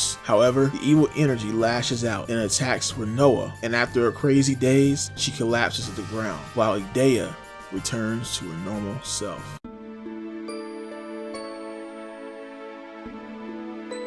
We entered this 3 at the lowest point for Squall. Renoa hasn't waken up since being consumed by the sorcerer's energy, and Squall has been at her side ever since. It's at possibly the worst moment that Squall is sent back into the dream sequence, where he plays Laguna playing a role for a movie, which turns into him fighting off a real dragon, because the dumbass director didn't think that filming near an area with a real dragon was a bad idea. Whoop-de-damn-do. Yeah, at first this sequence feels very pointless and goofy, and takes away from the drama happening in the present, except not in like a refreshing way like it was at the beginning of this too. But then we are told that a loan was taken to Esthar in order to succeed the sorceress, Adele. And the place that you see near the end of the flashback that Laguna is staring at is Esthar. Squall, seeing this, thinks that Adea and Elone are the key to waking Renoa and seeks to find them. Now I want to talk about Squall's character here again for a bit, as we have entered the 3rd stage of his development, and it's the love. Now I've seen many say that Squall's desperation at this point is out of character, or that it comes out of nowhere, and honestly I feel like we've been playing 2 different games. Slowly but surely Squall's walls have been peeled off by his friends, and mostly Renoa. Many of this happening on disc 2. Squall not only learned to trust his leadership, but also to rely on the people around him, and that those people could support him. Though out of his own volition, Renoa receiving the Lionheart Griever was Squall entrusting his most prized possession to her. So now, after all this newfound trust, it's taken away from him so soon, just like before. It's unacceptable to him, it's tragic to us. Except this time, Squall won't just abandon love. He'll use it to fix the situation that's been taking hold of his problems, instead of hiding from it like before. Without that development from the previous 2 discs, without the friends around him, Squall wouldn't have been able to be molded into the man he is now, into the leader that he has become now. And that's why I like Squall. I feel like his journey and growth is much more triumphant, as we see someone who's bottled up his feelings for the world out of fear of losing everything, comes to terms to trust those around him, even those who can be lost. But that's okay, because there will always be a light to follow through as long as you can lead the way. See what I did there? Now instead of running away from it, Squall is now leading the charge of his own destiny to save what could be lost. I guess this point would have been pushed hard enough if we didn't see Squall act the way he did at the beginning of the game, but folks, that's called character development. I like when we can see characters have a start in a negative light, but then overcome that state into a more positive light. It reminds me of how Ratchet was in the first Ratchet and Clank. In fact, both of these characters face the exact same criticism of not caring or going too far in the way they act, but sometimes something is supposed to be unlikable so that they can be become likable so that they can overcome those negative traits that surrounds them, and Squall falls into that. Now, on the topic of character development, if you want to know what happens to the rest of the cast, well, it's pretty much done. Yeah, everyone gets the development wrapped up in that big, giant orphanage flashback. Nobody gets a big moment like in FF7. Hell, some of them barely develop in the first place. But this is just because the story was really made to focus on Squall and Rinoa's relationship. And I think that's one of the big differences that you'll find between FF7 and FF8. Because the outer cast doesn't really develop much, they don't get areas tied to them, which means they don't get little dungeon areas. For instance, FF7 had a formula of going to a town, learning the character's backstory, and then going to a dungeon area. Well, now that's not there. There isn't a Cosmo Canyon for, let's say, Zell. There isn't a corral for Quistis. Everybody was born in Garden, and all of their problems relate back to Garden and Edea. And I don't think that's necessarily bad writing or bad pacing for the game, but it does change how the game is worked with. I think the only character, and I'll go into it in a bit, that really suffers from this development is Laguna. And I only say that because he's supposed to be one of the main focuses of the game. Even though the rest of the game, the only characters that really get development are Laguna, Cypher, Squall, Rinoa, and Ultimecia along the way. Now I know some of you are saying, who is Ultimecia? Ultimecia is the big bad, the final boss, the true essence that was possessing Edea and the other sorceresses the whole time. Another character that is claimed to come out of nowhere because we never see them physically. And I have some things for Ultimecia, but I'll save them for when we get closer to taking her down. Ultimecia wants to use Alone for her power to travel through time, and she was able to get Galbadia army to take Alone to Esthar. At this point, we've been across the map, but never ran into Esthar, and that's because Esthar is its own little continent locked out from the rest of the world. You see those bridges that blocked your path before? Well, those led to Esthar. In fact, that's the only way to reach it. Wanting to find Alone and save Rinoa, Squall in his desperations picks up Rinoa and carries her across this bridge, all the way to Esthar. Now, if that doesn't show his love, I don't know what does. He went through all of that alone too. Luckily for him, the rest of the squad beats him to it, and they're waiting on him along with Edea, who also wants to help due to her past action when she was possessed. Edea is a temporary party member, but she has the same game plan as Rinoa. Get her magic and let her rip, like a Beyblade character. It's pretty cool to be playing as the boss of the previous two discs, but you don't get her power or feel as powerful as she was at that point. She uses junctions just like the rest of the party, and honestly, she's really just a stand-in for Rinoa while she's out. A cool stand-in though, but a stand-in nonetheless. The party has to traverse the salt flats and take on the treacherous undead warriors to find the hidden city of Esthar. And when it seems like they traveled enough to reach the city, they don't see it until it was revealed that the city was in front of them all along, hidden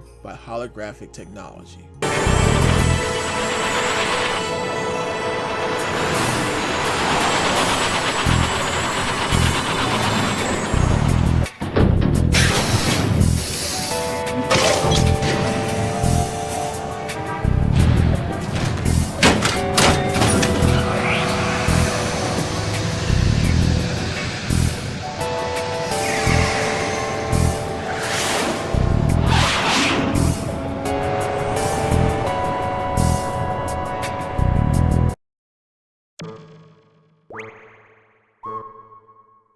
Esthar City is a utopia hidden within the Saltlands. It's the most advanced city in the world of Final Fantasy VIII. When I started this game, I heard about the sci-fi world, and I expected every city to look similar to this. Don't get me wrong, the cities are pretty advanced, but not as advanced as this. This is the future, the real future. It reminds me of a mix of the future levels from Crash 3 and Metropolis and Spyro 2, though considering the time of release, it was probably inspired by something else. Esthar City is also freaking huge, full of these giant metropolitan highways.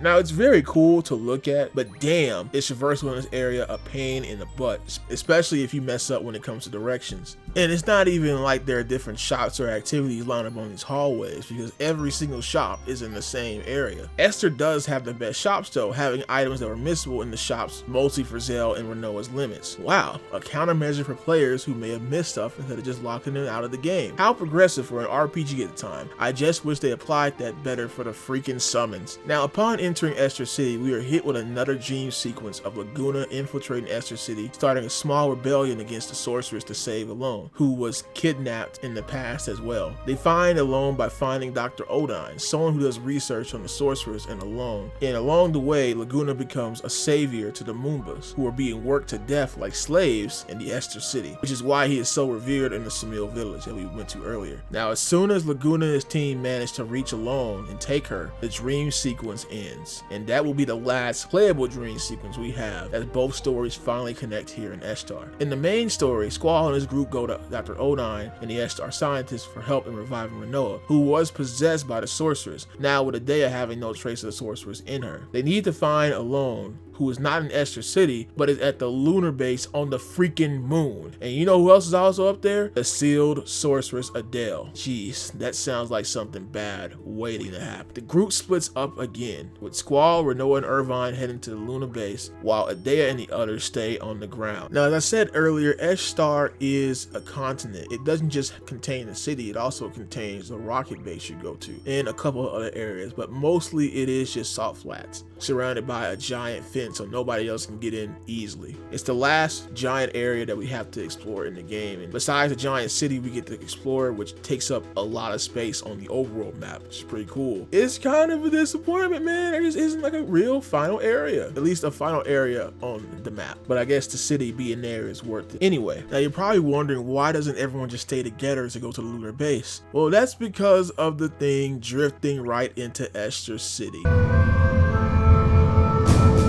The Lunatic Pandora. This was the structure we were in during the second Laguna Dream sequence, an old weapon of Adele's. The giant ship tears through Esthar City from the skies and our party intercepts it. We have to literally run and catch this thing, and yes, folks, this is the beginning of another big action sequence in Final Fantasy VIII, probably the last major one that acts like this, and it does not disappoint people. As soon as our second party gets on the Lunatic Pandora, they're immediately pushed out as it continues to force its way through the city.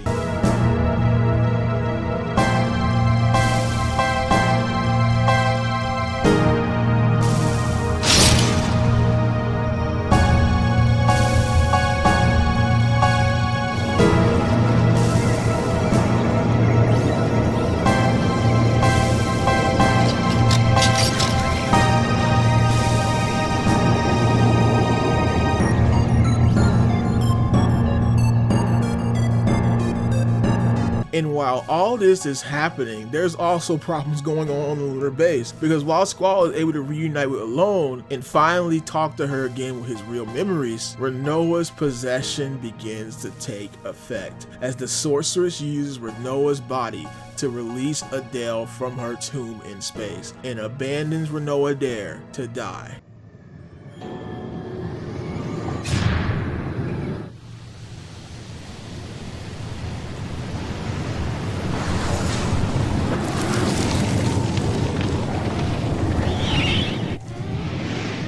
It's then that the Lunar Cry is activated, which was the true purpose of the Lunatic Pandora, to send monsters onto the planet, well, in this case, Esthar City.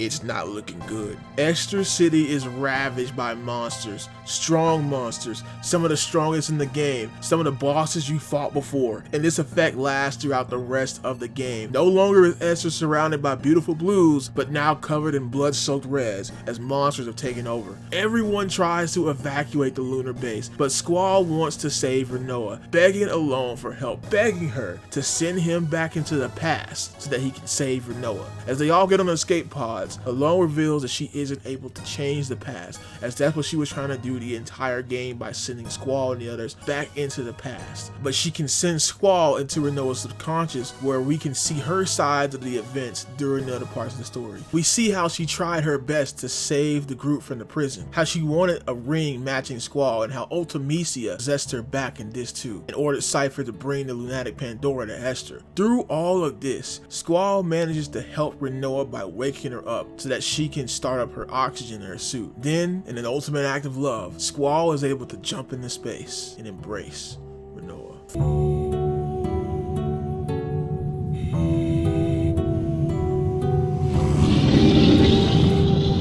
finally saving her. But then, now that she's back, Squall wants to act all tough again and act like he didn't care. And man, drop this stupid act. The girl almost died, damn it. You know what you did. We all know what you did. Now come on, make your damn move. But that's not even the most irritating part of this section. You see, right after this happened, they managed to get onto a ship, the Ragnarok. And in this stupid RPG faction, the ship is full of monsters. We can't just end off a sequence. No, we have to add something stupid in the gameplay. They had freaking experimental monsters that you have to kill in a specific order or they'll respawn. God, why? Why even put this here? Well, at least Rinoa, thanks to her sorcerer's power, is able to awaken a new limit. And that limit being the Angel Wings, which when activated allows Rinoa to cast really strong magic that doesn't have to be junctioned at the cost of giving up control of her. And this thing works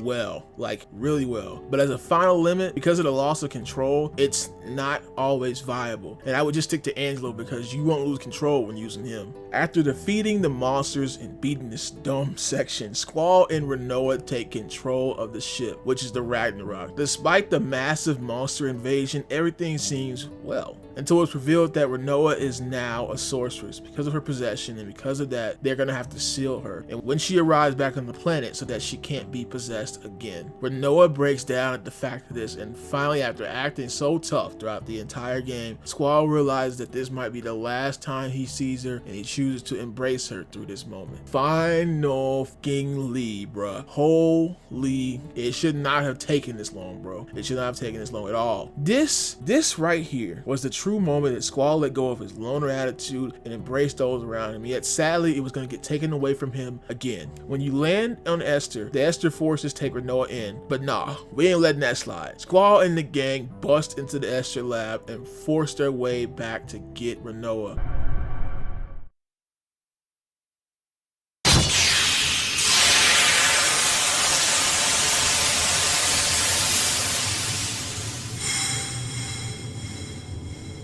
Come on, do it now!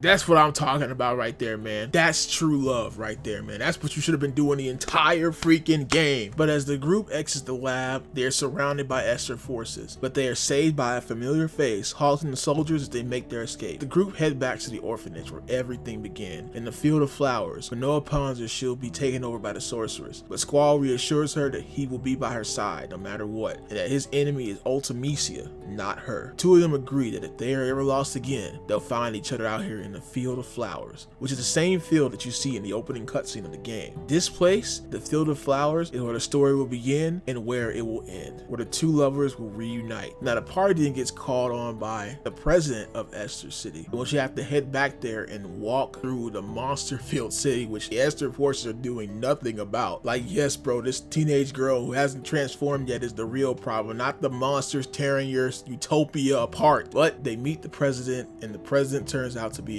Laguna. Squall and Laguna reunite, or unite, for the first time. And while he doesn't say it, with the hints and context clues, yes folks, Laguna is Squall's father. Squall is finally meeting his father, who had to abandon him, and his mother, who is Rain from the flashbacks, in order to save Alone and in order to stop the sorceress for good. Laguna was the one who stopped Sorceress Adele in the past, who tricked her into being trapped and launched her into space. But they had to monitor her, and they had to monitor the true power of the sorceress, because in order to stop the wars from happening all over again, they needed to defeat the true essence of the sorceress. And that's why Laguna has been here this entire time. Now, the thing I don't like about Laguna's character here is that it feels like we're missing a lot of his flashbacks. Like, we don't really get to see that much of the war. We don't really get to see a lot more of his development with Rain. We don't get to see that stuff. It's not shown to us, and that's because Laguna was going to have a much more important role in the story. He was going to be basically half of the game, which he isn't here. That was going to happen before they changed things and cut things down. I definitely think a remake of FF8 in the style of FF7 would be able to rectify this by Laguna, because he's a pretty cool character, a very interesting character, but things like Laguna's being the father wasn't supposed to be something that was so,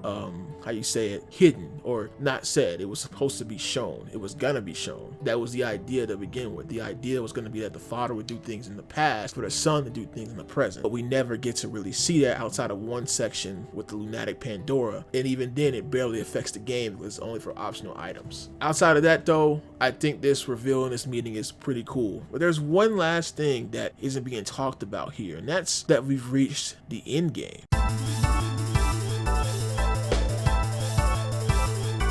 Yes folks, this 3 is the end game. Continuing the story further from here will only set you into the point of no return. A real bad point of no return, so don't do it. Instead, it's time to grind now. Like I said earlier, you're really going to be grinding for magic, but now that you are grinding for your weapons as well, and whatever helps you get your final limit in the last of the GFs. Let's start with the weapon. Weapons need certain materials to craft them. You just can't buy them in the shop. You need to find blueprints for them in certain places, but you don't need the blueprints to craft them. To be honest, it's best to wait till the end of the game to craft your best weapon, as the weapons in between are pretty much irrelevant, especially for characters like Squall, where you're gonna get all your limits just from having the last weapon. This is where my level grinding began, as certain enemies had items I needed to get my ultimate weapon for a character, but they only drop the item at a higher level. Now, you can use a certain GF to get a level up ability, which levels up enemies in battle, but we'll cover that in a bit. You can also use triple triad to gain cards to get these items, but you're going to have to change the rules a bit and find certain characters and farm that card game, and honestly, it just takes the fun out of it. Only getting Squall's ultimate weapon changes the limit, while everyone else gets their stat boost. As you progress in the weapon upgrading, Squall will gain access to more limits until he gets his final one, Lionheart, just like the name of his final weapon. Now, it's based off of luck and skill if you get this, but whenever you do,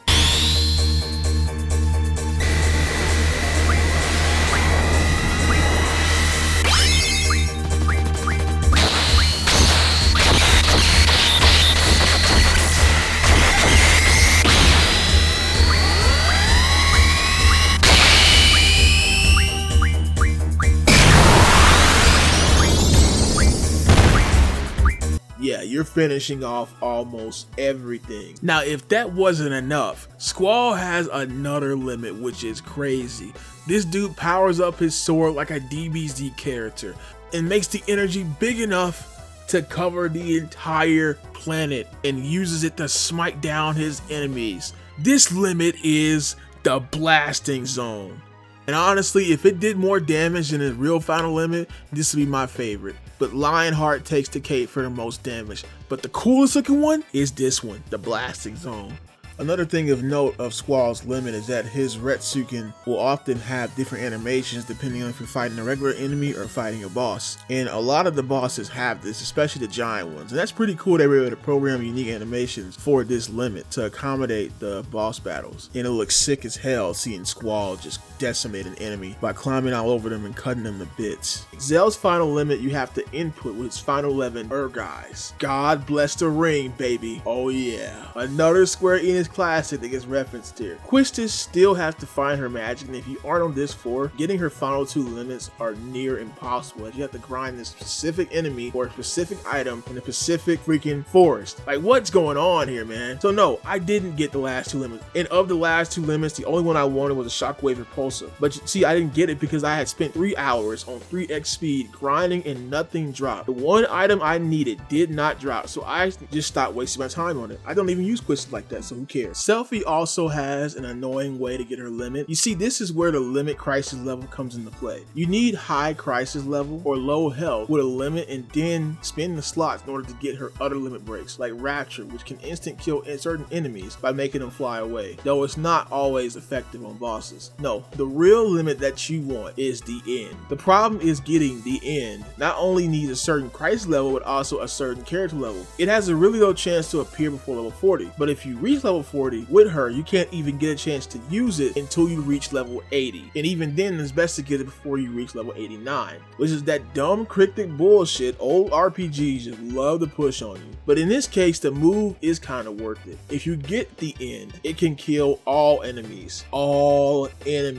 including bosses. The only problem is praying you get it again. Now, in the original version, there was a way to pause the game by opening a disc tray or something like that, but obviously on the HD version, you can't do that. So in a lot of cases, the move is useless unless you have a high luck rate and don't get killed by the boss because your health is so low when swapping between the slots. I already went over Renoa's Angel Wings, but Angelo also has a final limit, the Shooting Star, where Angelo becomes a literal star bursting through enemies. I'm telling you, man, this dog is legit. He can also use Angelo's Search, which at sometimes searches for items, and some of his finds are exclusive to the HD remaster because of the whole chocobo thing that I discussed earlier. Lastly, there's Irvine, who has the simplest way of getting his final limit, but also he has one of the strongest. While there are plenty of ammo types in the game, you really want to get the energy crystals so you can refine them into pulse ammo. By the way, there are plenty of items you can buy in the Esthar shop that refine into strong magic items. Anyway, Irvine's pulse ammo is strong as hell, with it being able to do 9,999 damage with each shot. At first, you can only pull off 2 to 3 shots per limit use, but the longer the battle goes on, the more you can do it. Just from the base character alone, you can see how overpowered you can become with just junctioning and limits alone, and also leveling. Though I wait to the very end to start grinding like crazy, and you can do that by killing this platypus boss over and over again in Esthar City, which gives you a lot of XP. This is probably the easiest FF to grind levels in because the enemies are always the same level as you, so they won't be much stronger, but give you the same XP. You can also overpower them with the junction system. But now that you're level and have your strongest weapons and limits, it's time to hunt down a strong magic. But let's go over these last GFs first. So after getting Alexander off of the sorceress, every GF is pretty much extra for the end game. Let's start with Odin. You can actually reach him on this too when you start to fly with the garden. This challenge is easy on the surface but also very intense. If you don't know what you're doing, you won't be able to reach him within the 20-minute time limit. Now it sounds like a lot of time, but because of the way the puzzle works, you really don't want to waste that time. You have to watch out for these special switches, the special codes that need to be found and remembered, as well as memorize the correct route to go on. And there are also going to be random encounters while you try to reach him, which can also eat up your time. So make sure you use Diablos and use his encounter none so that you can avoid encounters entirely, or just use the no encounters cheat, do whatever you want. Once you reach him, you have to fight him, but he will not fight back at all. You just need to damage him enough to satisfy him before time runs out, otherwise he'll kill you. And after doing that cryptic ass dungeon, you get anything special? Well, yes and no. Odin ain't even a real GF. He'll just appear randomly to one-shot the enemy, which sounds very powerful until you realize he's either barely gonna show up or he only shows up to fight the fodder you were grinding for. Like, this dude did not show up at all on disc 2. He only started to show up on disc 3 when I started grinding. Like, what is the point you being here, bro? Why you hype yourself up so much and then act so useless? And I know the defense is that he'll instant kill the enemy, but why does that matter if he never shows up when it's important? Like, bro, I need you in the boss fight, not against these random fodder. You really only get Odin for one thing that will come into effect at the end of disc 3. Now, in that same area, you can get the King Tomberry. Now, how do you get him? Well, it's easy. You just gotta kill 20 Tomberries and he will appear. Yes, just kill 20 freaking Tomberries and he will appear. Like, was 10 or 5 just not enough? Outside of it being one of the most dangerous enemies in the series, this challenge is not that hard and it's pretty simple. I guess that was the trade-off. King Tomberry is more important for his abilities than his use of the GF, as they become crucial in disc 4.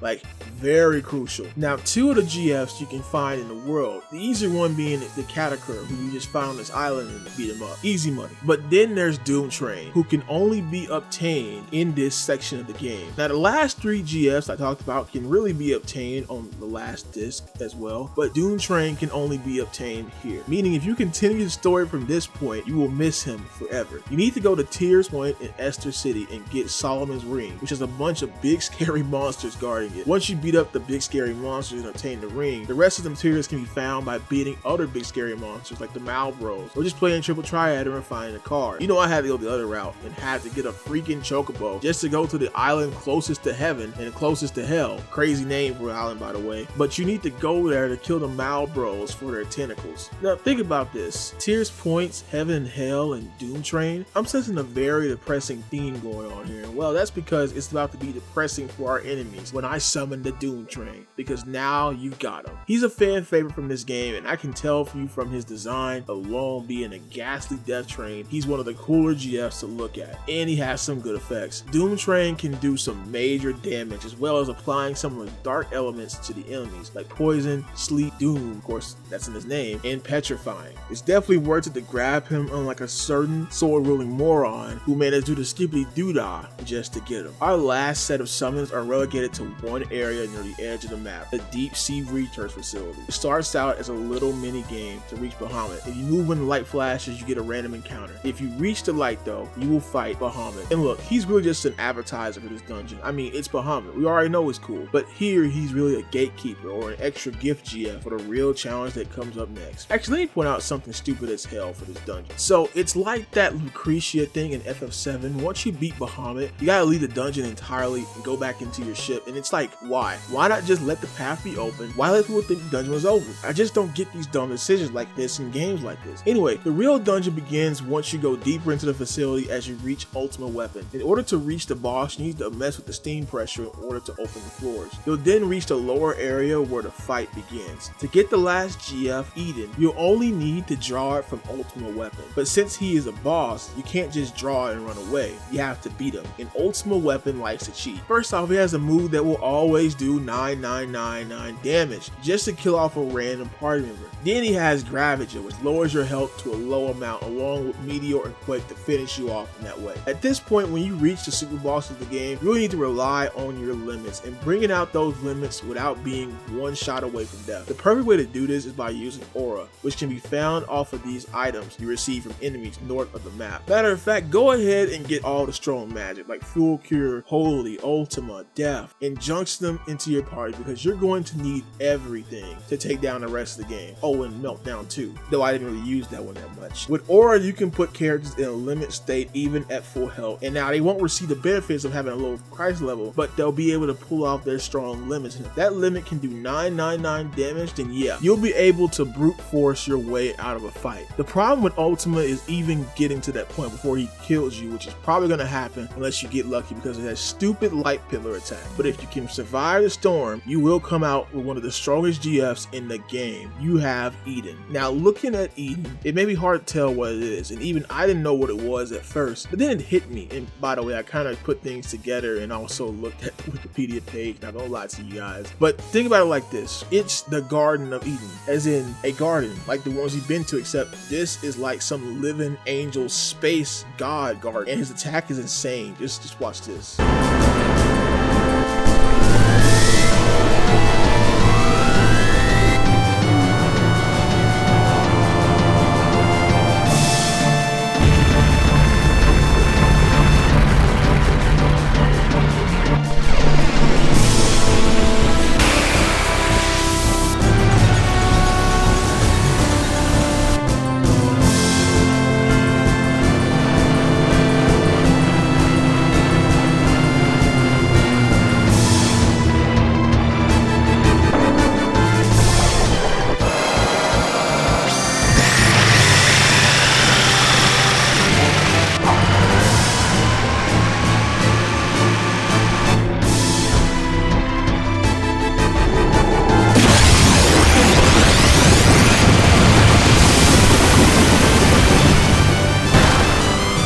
Yeah, boy pulled off a Sephiroth right there. Totally worth it with all the work you had to put in to get him. The only issue is since by this point, I had leveled up all of my GFs to max levels except for him and Bahamut. And so now I had to level him up even though he does a lot of damage initially. You still want to level up so you can get the max damage out of him and also get the abilities that he offers. Or you can just continue the game. Now that you have, I just continue the game. Now after all that mess, that's pretty much it for Endgame stuff. I mean, there's this one side quest of Zell having a little girlfriend that you can see throughout certain points of the game, and that's really cute. If you miss certain sections of it, you don't hear the full final dialogue of it, but hey, Zell has a girlfriend. that's cool. There's also an alien side quest. Yeah, those exist in this world too, which is what I think you should have been fighting instead of the sorceress. Oh, and there's also a technical semi-summon, and it is the Phoenix. Now, you don't actually have this as a GF. It's a summon locked in an item called the Phoenix Phenon. Now, you can just toss it out there, or you can wait till all your party members die, and it will come revive you sometimes. So just keep it in your back pocket just in case anything happens. And there is one more last side quest of the game that isn't really necessary, but it's very interesting. So across the game, you'll find these books called the Timber Maniacs, and this is actually what Laguna was publishing back in the day when he was a journalist. Getting all of these doesn't really do anything, but getting some of them and reading them will change how certain events play out in the past. And I didn't know this until just now recording, but one of those events is in Disc 3, where you have one of the last flashbacks. You see, when you're fighting the dragon, Ward is supposed to appear, but when I was fighting him, only Kyros appeared with Laguna. Well, that's because I read Timber Maniacs number 9 before I started that flashback, and that's why Ward didn't appear. This doesn't happen too much, but it's a very interesting thing to find out about. I also found out that Selphie has a page where she uploads and talks about all of these Timber Maniacs. Yeah, if you go back to the study panel in Bout Garden, you know, something you hadn't used since the very beginning of the game, you'd be able to see this. I didn't even know. In fact, I didn't even really go after the Timber Maniacs in this game at all. So it's a whole side quest that I didn't really get to do, so I don't have that much to show for it, but this is pretty interesting. If you like more of the lore, want to know about Laguna more, this is something you should find out in the game. However, they also are missable, so be careful. Also, I haven't really emphasized yet, but the Ragnarok is how you're going to be flying throughout the map for the rest of the game. It's a lot faster than Garden, and you can fly over Esthar, so you can pretty much fly over the entire map at this point and land almost anywhere you want to. But because of the ability to fly earlier, I don't think it's as impactful, because it mostly just lets you go to, well, Esthar, and that's it. At the same time though, it's still good to be flying around something that doesn't weigh you down all the time. And it does have an indoor section much like Garden, but it's a lot smaller. It's that section where you were fighting all the enemies at when you first got to it. So it's like your new base of operations. Now you can go back to Garden, which is still at Fisherman's Island, and you can still move Garden. So if you ever want to get the nostalgic feeling of moving around that giant school, well, you can still do it. Also, it's late game, but I know I've been calling Fisherman's Island or Fisherman's Horizons Fisherman's Island. Look, I keep getting mixed up on it, bruh, and I just can't edit it out at this point. But you know I meant Fisherman's Horizon. But someone's in the comments that I got you. I know I'm doing it wrong. Call me out. But outside of that hunt and the hunt for items and GFs, that's the whole endgame. And while some of the quests can be annoying, I appreciate the work that was put in to make these quests actual quests. You know, playing modern RPGs makes you realize we really need less side quests that actually become, well, a side quest, a quest you have to take on the side. You know, something you really have to go out of your way to do with extra lore and cool in-game rewards for completing them, instead of just having quests where you walk around to some place and kill the same enemies you killed before. I can appreciate a side quest being an actual side quest, and some of them in this game can be fun and challenging at the same time. I just wish you were told up front when the best time to do them was, because as I said, Disc 3 is pretty much the safe end game, and that's because Disc 4 is entirely a no point of return.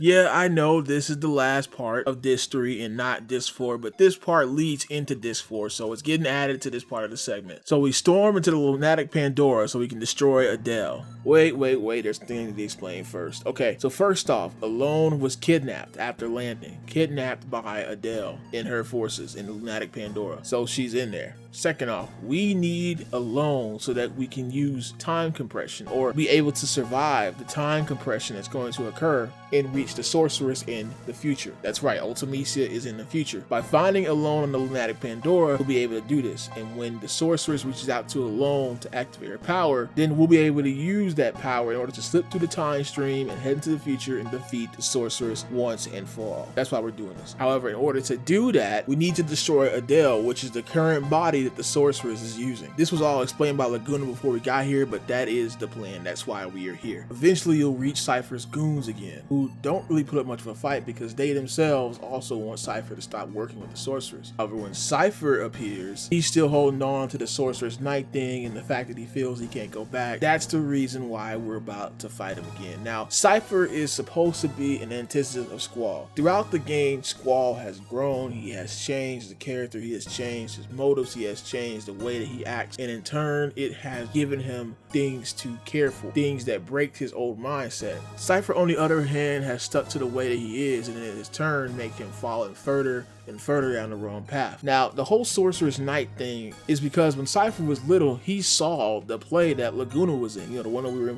doing flashback. Cypher took that to heart and made it the part of his character. He wanted to be important. He wanted to be like the Sorcerer's Knight. Well, now he has that role and he's sticking to it. Seed was going to offer him that role, but because he wasn't accepted in Seed, well, it all went downhill once he met the sorceress. And now, seeing as there's no way to go back, Cypher is stuck in this mindset. And so here we have someone who has moved beyond his problems and someone who has stayed stationary within his problems to the point where he refuses to let go, even at the most crucial moment, even when the world is literally falling apart around him. Like, time is literally about to fall apart around him. He doesn't care because he has to stick to this role that he stubbornly and partially put himself in. And I know the game doesn't really explain this well or show this well with Cypher's character, but it's just one of those things that was probably rushed through development. Again, there are a lot of things in this game that aren't fully explained or fully shown off because they had to get this game out, and also the PlayStation's memory limitations. I mean, the game was on 4 discs for a reason, guys, and this was part of the reason why a lot of character development outside of Squall and Renoa doesn't really get that much attention. They had to focus on what was the most important. But I do think Cypher's character, in terms of the player's eye, kind of suffers because of that, because I feel like if you look at the game the way it is, his motivations seem pretty weak for him to stay with the sorceress and cause the destruction of the world when he wanted to be a Seed member in the first place. But when you look deeper into his character, it starts to make sense. I just think the game could have presented it better. With that being said, I'm done feeling sorry for him. It's time to fight. Now, this guy's been a jabroni throughout the entire game. I'm pretty sure this time won't be different, right? Oh, would you look at that? Now you decide to show up, Odin, just to fight a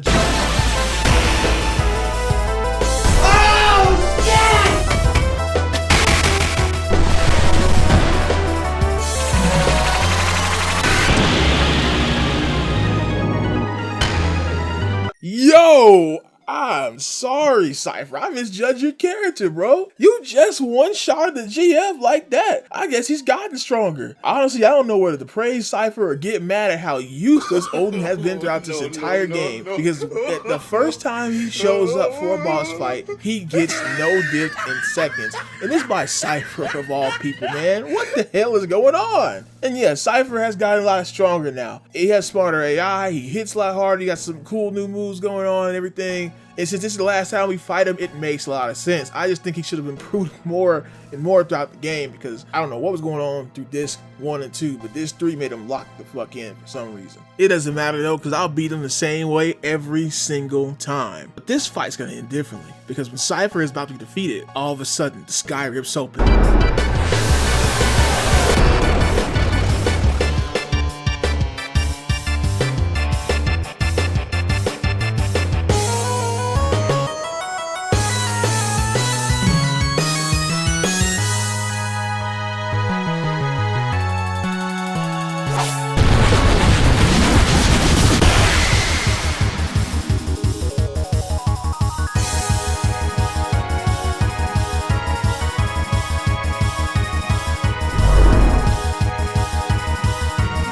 Gilgamesh. This is the real random summon GF, not that fraud Odin. My man came up here and took Odin's weapon and finished this fight for good. That's my goat. By the way, the reason why he exit here is so weird is because this was a glitch developers couldn't fix. So they added dialogue about the dimensional rift, which is a real thing in Final Fantasy, in the Final Fantasy multiverse, that is. You see, Gilgamesh is one of the few constants of the Final Fantasy multiverse. And by that I mean, even if his design is different every time you see him, it is the same Gilgamesh in all Final Fantasy games, with his most prominent role in the games being in Final Fantasy V. I hope to cover that game more one day, just in a lot shorter video than this, since it's a lot shorter game. Anyway, Gilgamesh is better than Odin. I don't care what anyone says. Everyone tells you that Odin is the better GF. No, Gilgamesh is it. Gilgamesh can appear mid-battle to help you, and while he won't necessarily one-shot all opponents, he does do significant damage to enemies that I needed to face, and the fact that he can appear more on in the in-game bosses is all more of a reason why he's so much better better than that fraud Odin. I mean, look at the guy. He has like a bajillion swords and literally took Odin's after he lost to a mere human. Like, how can you even call yourself a GF if you're losing to freaking humans? Jokes aside, I think getting Gilgamesh is worth it, and you have to get Odin before fighting Cypher here so that Gilgamesh will appear. The internet and the fandom may say otherwise, but I think that they were wrong on this one. Gilgamesh is better. Back to the story. The group manages to defeat Cypher again, only for him to somehow sneak away with Rinoa as we see him about to feed her to sorceress Adele. And you already know this ain't gonna end well. I didn't mean to rhyme with that. Now this is where Disc 4 starts. Right before a major boss fight, and it locks you out of leaving the United Pandora, like at all, which you could do before. Okay, that seems a bit worrying, but it's okay. We'll just go through a town later, right? Well, all you can do now is fight Adele, which is already an enormous task. But thanks to Cypher, this happens.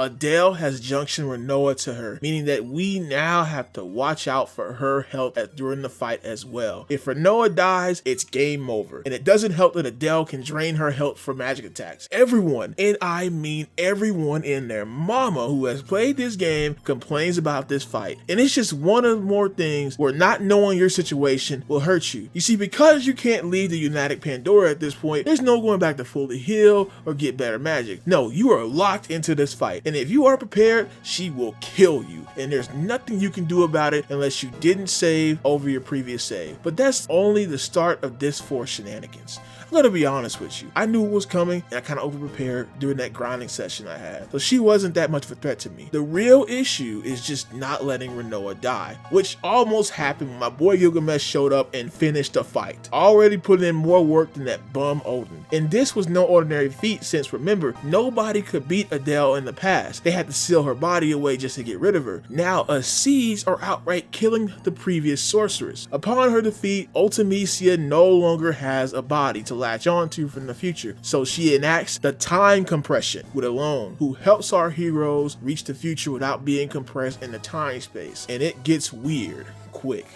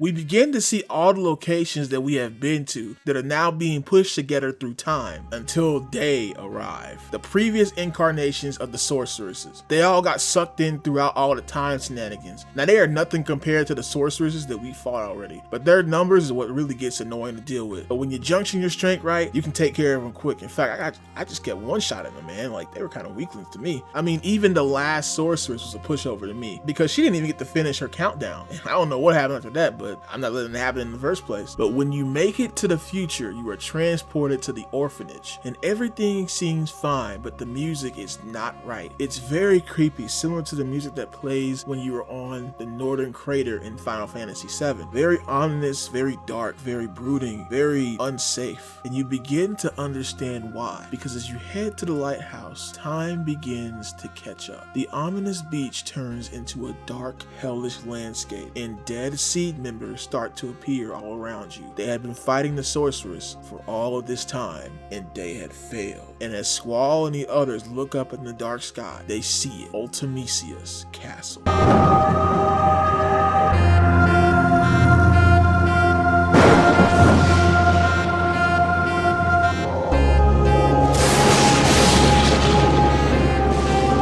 As if to taunt us with her power, the chains to the castle are lined up with dead seed members on top of our orphanage. And this moment stands out to me because FF8, unlike FF7, does not surround itself with that darkness like FF7 did. The music, the colors, the way the world was, all added to the tone of 7. But 8 was a much more brighter and happier game, for the most part. That's not to say that there aren't somber moments in Final Fantasy 8, but it doesn't feel like the game was made around it. But here, it felt like all of that came back. Ultimisia may not have as much presence as Sephiroth, but that doesn't mean she can't leave an impact, because here she sure does.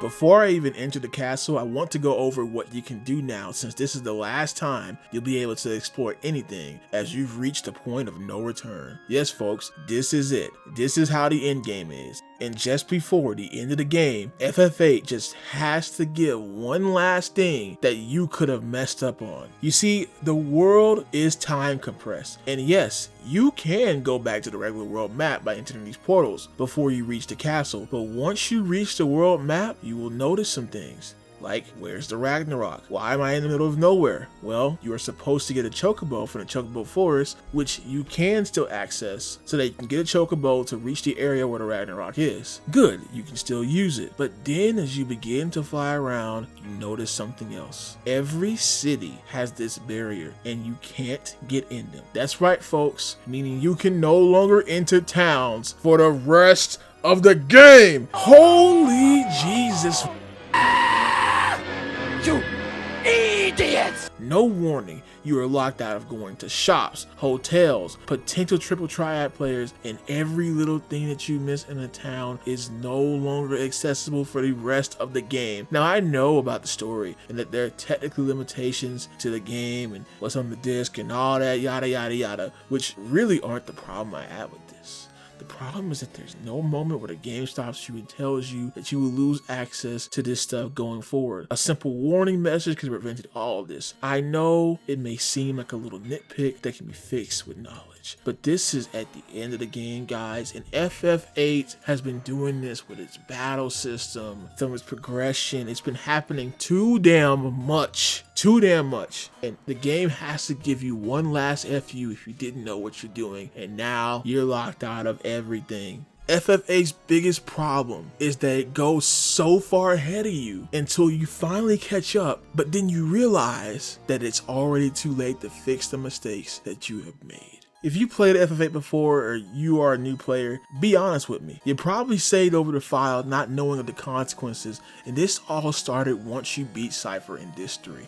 I'm sorry, but this is unacceptable. You could soft lock yourself at a point only because you have no healing items. It's absolutely ridiculous. Now there are countermeasures in place for this part of the game. The problem is some of it had to be done before this point. If you complete the CC group side quest, which I didn't even do at all, in Garden, which is a side quest for the Triple Triad game, then those players will be in the Ragnarok in this point of the game, so you're able to fight them again and get their cards again. Other than that, if you want to play Triple Triad or get new cards, you're gonna have to fight the Card Queen, who is somehow still alive after all these years in some random spot on the map, just sitting there. Like, her icon isn't even on the map. You just have to go to that part of the map and just walk around, and then you get put in the area to where she's at. and that's it for Triple Triad. Not much of a big deal unless you want to farm cards to get stronger magic or whatever. Now, the Central Ruins and the Underwater Labs are accessible, meaning you could have waited to get Odin, meaning you can still get King Tomberry as well. Now, why is King Tomberry important? Well, it's because he is the only GF with the Call Shop ability, which allows you to call a shop from anywhere. He also has the Familiar ability, which shows rare items in shop, and then he has the Haggle ability, which lowers the prices of items in shops. He's pretty much the shopkeeper GF. But again, to get him, you have to do some optional side quest that has no indication that he could even have these abilities in the first place. That's your countermeasure. Like, what? How are people supposed to figure this out? And I know someone's gonna say, well, you can find some random NPC on the world and they'll tell you about this and that. And I don't care. All right, this is too important to lead to some random NPC, some random spot in the game that I didn't talk to. Okay, again, all of this stuff is finally catching up. Or you're finally catching up to all this stuff, and now you're screwed if you weren't prepared. And my thing is, why hide it? Because it's just another reason for players to be pissed off because they didn't know the extra details of this game. And I know that RPGs did things like this at the time, but FF8 just has it constantly throughout all of its systems. It does it over and over again with some way to get back what you missed, and sometimes you don't have a way to get back what you missed at all. With how important GFs are to the game, it just makes no sense to make things like this. And this isn't like FF7 where if you miss a summon, you just miss one of the summons. Oh, these summons are important to your character growth. Without these things, you literally cannot attach magic and abilities to their character.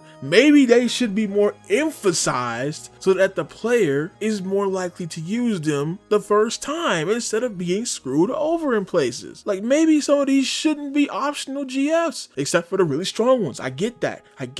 But maybe some of these shouldn't be optional, especially one that's going to give me a function that's going to get removed at the end of the game that no one is going to tell me about. And that's the thing, if the game just told you, if something just told you about these things, it wouldn't be so bad. But because no one tells you, yeah, it becomes a problem. And I think that's why people hate this game, because so much is thrown at you at once, and as you progress to the game, it just keeps adding on and adding on and adding on, and by the time you're 20 hours into the game, maybe 30 hours into the game, maybe even at this part of the game where you're about to complete it, you've realized you just screwed up and you can't get certain things back. And that right there is why I think this game is hated so much. That is the reason I try to discover it. Now, a lot of people can say, well, it's easy to know this information. Once you know it, you can prepare for it and you should be fine. And that is a good argument. But for people who are first playing, I mean, going 30 hours, 20 hours, even 10 hours of the game and realizing you got to go back because you messed up on this and you oversayed that. Guys, the PS1 memory cards were not that big, and these RPGs took up a lot of space in those memory cards. You weren't just making saves out of nowhere, man. Like, you couldn't just do that. Most people only had one save, or you couldn't save any of the other games you had on your memory card. It's just absolutely ridiculous that it's like this. And guys, this wasn't the SNES. Hell, it wasn't the NES. This was 1999. Like, I know games like Grandia had done worse with not telling you important information, like, you know, going to another area means you can't go back to the other area, but at least the game does that from the start to kind of show you, hey, this is what happens when you miss stuff in an area, so you can learn that, and the game doesn't really change from that. But this game keeps changing its rules constantly about its progression, and I've been going on for too long in this rant. The point is, I just think the game doesn't deliver information to the player well, and that's why I think a lot of people can hate this game because of that. At the same time, those who stick around are the people that end up loving this game. I'll go in depth more in the impact section later, but that's the main gist of it. That's the reason why Final Fantasy VIII is surrounded by love and hate. Now let's finish this damn game because I'm tired of talking about it. Now, to the castle itself. If you're gonna give Ultimisia something, is that she is smart, because she doesn't just let you waltz into the castle to go get her. No, once you get in, all of your abilities and commands are sealed. All except for your basic attacks. You can't draw, you can't summon, you can't use GF, you can't use magic, you can't use items, you can't use any form of resurrection, you can't use your limit, and you can't use any of your other command abilities. And the most messed up one is you lose the ability to save inside the castle. You see, for each of these abilities, Ultimisia has fiends, and you have to beat them one by one to unlock each ability back. Each fiend comes with their own gimmick that you will need to fight around. They are also the last way you're able to get missable summons in the game. So if you don't get the draw ability early when you fight one and you missing a summon, well, you better say goodbye to that summon for the rest of the game. Unless you're playing the Japanese version where you can't draw them at all, so you were already out of luck from the start. Great. To reach each of these bosses, you will need to complete puzzles in the castle by using your party, which can be split into 2 groups and switch between certain green circles in the castle. You have to choose wisely which abilities you want brought back first, because a boss may need to be weak in one of those abilities, like the giant for instance. He'll taunt you if you use anything on him but demi magic, but if you don't have enough magic or a GF, you are in for a long fight. But by far the hardest of the 8 bosses is Tiamat, who will charge his dark flare up to do major damage unless you can absorb it. A real one-trick pony, or dragon in this instance. Now Ultimecia's castle is also a navigation too. It's varied in its environments. At one point you're in a mansion area, then you go to a clock tower, and if that's familiar, it's probably because this was the area used for the Final Fantasy VIII stage and Final Fantasy Dissidia. Then there are areas like the chapel where... oh no.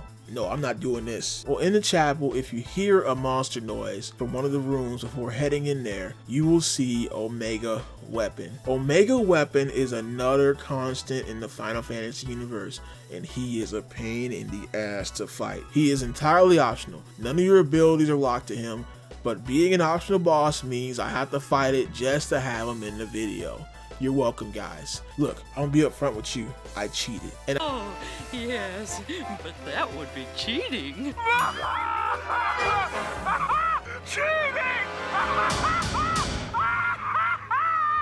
I'm cheating. I don't like to brag about cheating in games or really care how people play their games. It's their business and it's my business. But I wanted to point it out here because 1, you're gonna see it anyways, and 2, every single time I ask how to defeat this boss, everyone talks about some cheat method they use to kill him. If you're playing on a PS1 version of the game, you probably use the disc slot opening method, which a lot of my friends apparently use to freeze the game while trying to get the end with Selfie.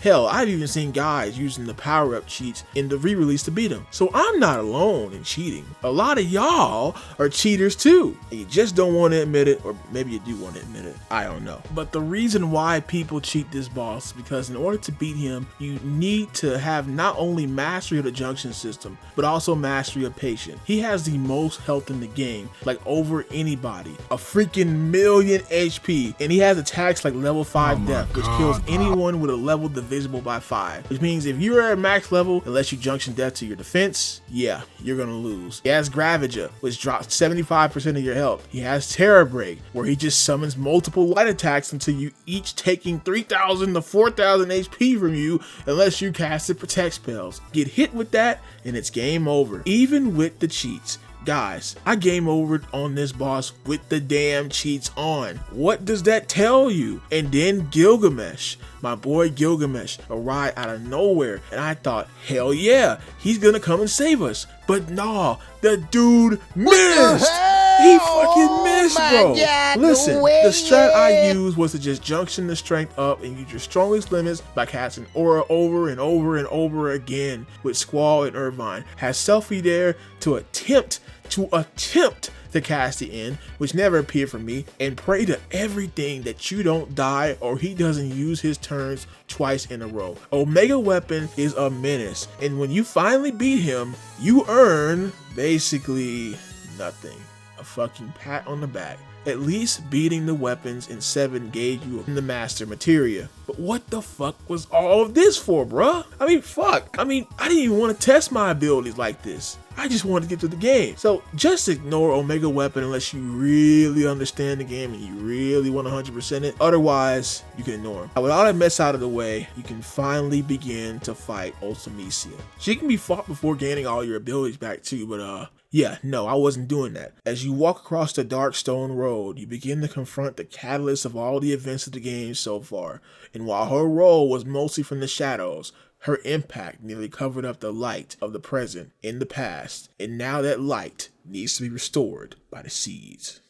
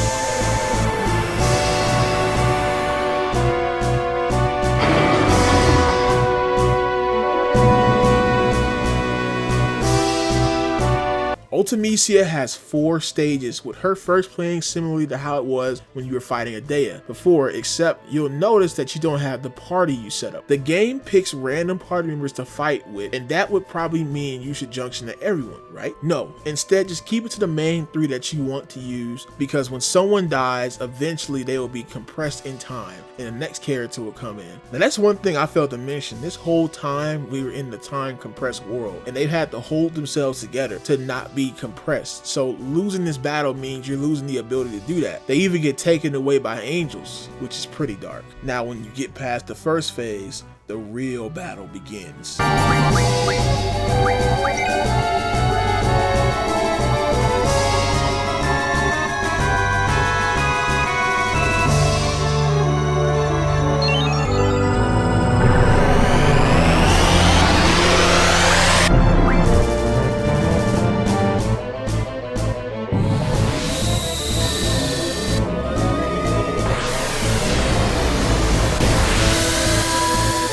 Remember Griever? Well, he comes into play now, except against us. Squall's vision of the ultimate guardian force is now the ultimate obstacle. All the insecurities that Squall has faced have culminated here, and he must overcome them. Now I know it may seem like Disc 4 didn't really have a lot for Squall's character, but Disc 4 is a reflection of Squall's character. Now we are seeing the change of Squall's character, even though there isn't a lot of dialogue to show that. We are seeing how he is as a changed man, and this is the ultimate way of showing that, because now with Griever, he is literally fighting all of his insecurities from Disc 1, from the previous disc. They're all culminating into this boss, and it's hard as shit. Griever is no joke. At this point, the boss will begin to take away some of your magic, like just blow it off of you randomly, and no magic is safe. Even the strong ones can be taken from you in junction to Griever. He hits hard, and to top it all off, he has the Shockwave Pulsar,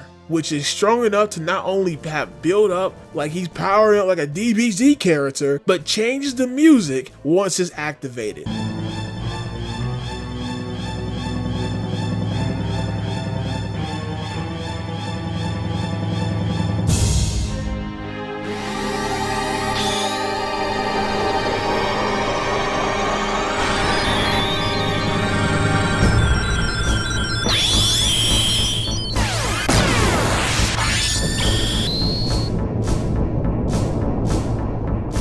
That's how you know it's strong. Now Quistis was supposed to get this move, by the way. Too bad getting it is a pain. Yes. Griever will just slaughter your party. So at this point, my strat was to just cast Aura and praying to God, and everything else, I got Squall Lionheart's limit to end him. If you manage to defeat him, Ultimecia will fuse with Griever.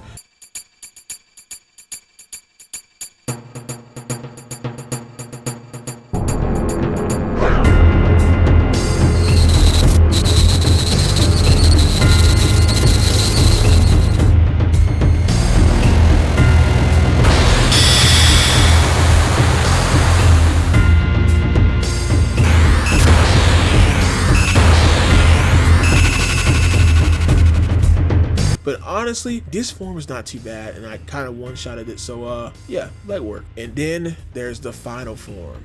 As everyone descends into darkness, an evil light snares through.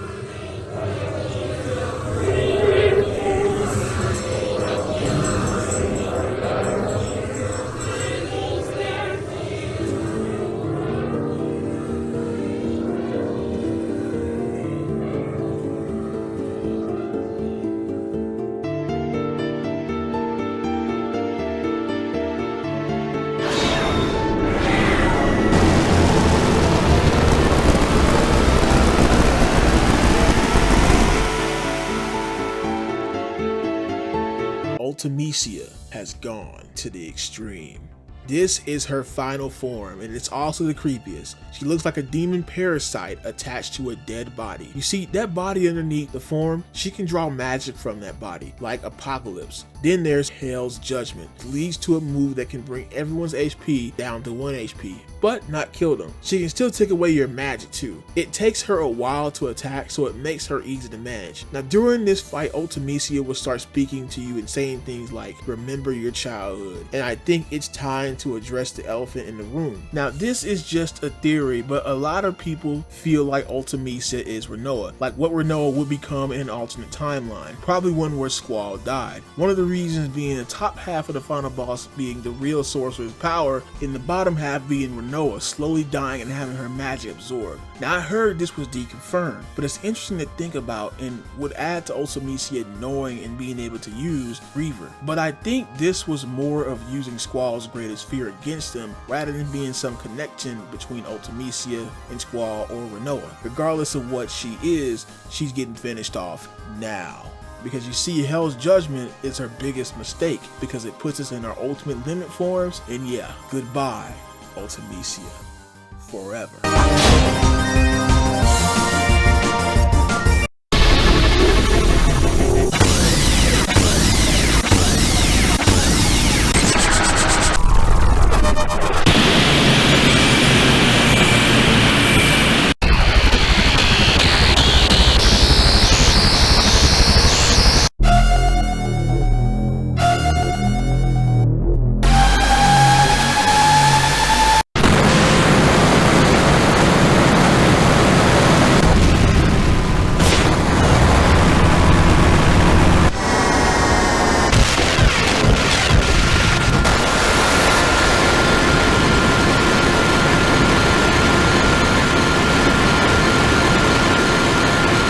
It's over. Upon Ultimecia's defeat, everyone tries to find themselves back to their time, with Squall being left behind. But in turn, he's able to find someone, and that someone is Adea. And Adea, before she obtained the sorcerer's power, Squall was sent back to before the current war. Remember in Final Fantasy VIII, you can't change the past, only observe it. So this was supposed to happen the entire time. Ultimecia is here too, and in order for her to die, she has to pass on her power, which Adea takes on so that she doesn't give it to one of the kids. Squall tells her about her creation of Garden and Seed and called a mother's intuition, but she's able to recognize who Squall is even before the young Squall arrives, which means that Squall himself was responsible for the creation of the Seed, which would eventually sprout to kill the sorceress. And then she would be doomed to repeating her defeat over and over and over again in a time loop of her own creation. Damn, she lost for real.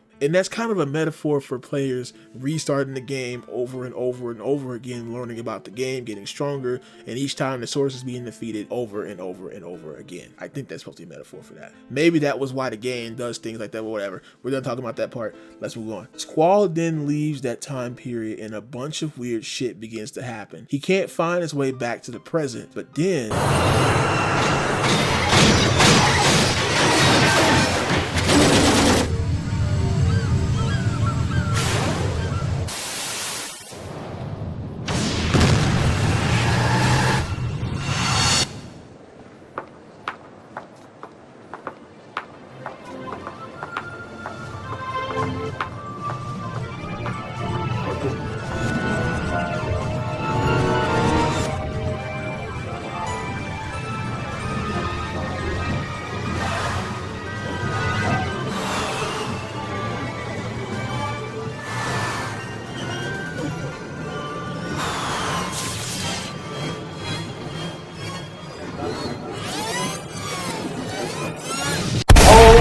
Jesus. What is that? What the fuck is that? Yeah, that spawned a lot of theories. But no, Squall is not dead. He's just about to lose himself. And that's a representation of that. But when it looks like he's lost in time, he's found in the bleak edge of reality by Renoa. As Renoa embraces a presumably dead Squall, a field of flowers begins to appear. The promise was fulfilled, and they have made it back to their time. Yet again in a field of flowers. With that look on your face, as if you're then see Cypher, who is reunited with his friends to fish in Balam, as he looks on to see Balam Garden fly above him, finally letting go of his old life. In the fields near Wind Hill, we see an older Laguna reminiscing over his proposal to Rain, which presumably led to the birth of Squall. But back in the present, he arrives at her grave, but not alone, as Alone, Kiros, and Ward are with him. And finally, after the years of preparing and sacrificing for this fight, Laguna can finally show Rain the peace that the fighting brought. As the credits roll, we see our seed members celebrating, with Squall and Renoa finally embracing and kissing after the long battles, and Squall smiles for the first time. The game ends with Garden flying high in the moon, with the seas no longer burdened to their destiny with the sorceress.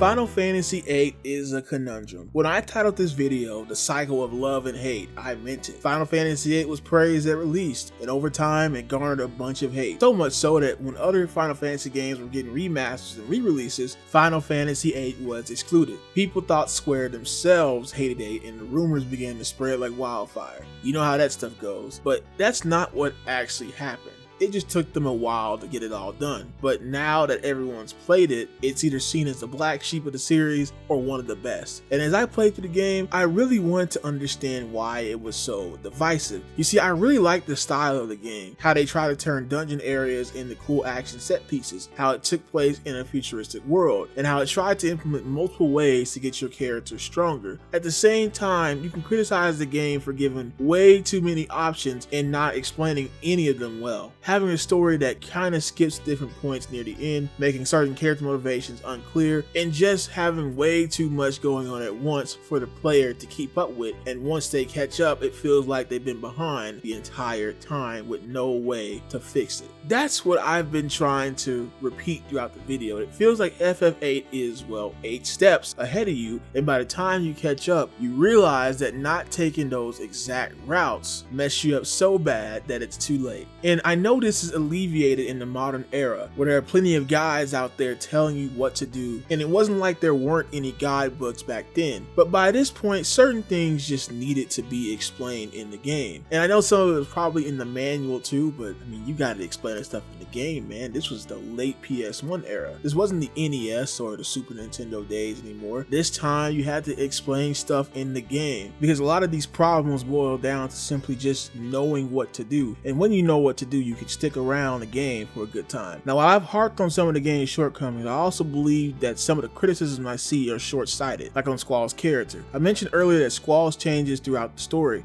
In fact, that's part of the whole point of the story. And if you only played disc 1, you wouldn't get the full progression of that. But then again, there are many factors that stop someone from going beyond disc 2. So I can see how a hater of the game would get that. I guess the point I'm trying to make is that the way that the game has you progress doesn't sync with how we learn how to play the game, and the cost of not knowing about something and missing it is just too severe. And I think one of the ways the game could mitigate this with the commands. I think that making players choose between magic, guardian forces, draw, and items when junctioning shouldn't have been a thing. I mean, these are basic abilities in an average Final Fantasy game, you know, because when you give an option to the player that they can avoid, like using certain commands, and then go back on that for crucial items such as GFs, then most people will miss these things. You have commands that could be there, and like the game already has commands that could be there. Why not just let us focus on that? Because to be honest, I barely use any of them because they took away from my main commands that I wanted to use. And then there is the explanation of the system and your progression. I already talked about this at the start, but something else stupid happens later. Nearly halfway through disc 2, disc freaking 2, Irvine tells us that we can junction elemental effects on our weapons to make them do that element's damage. What? Bro, what are you talking about, man?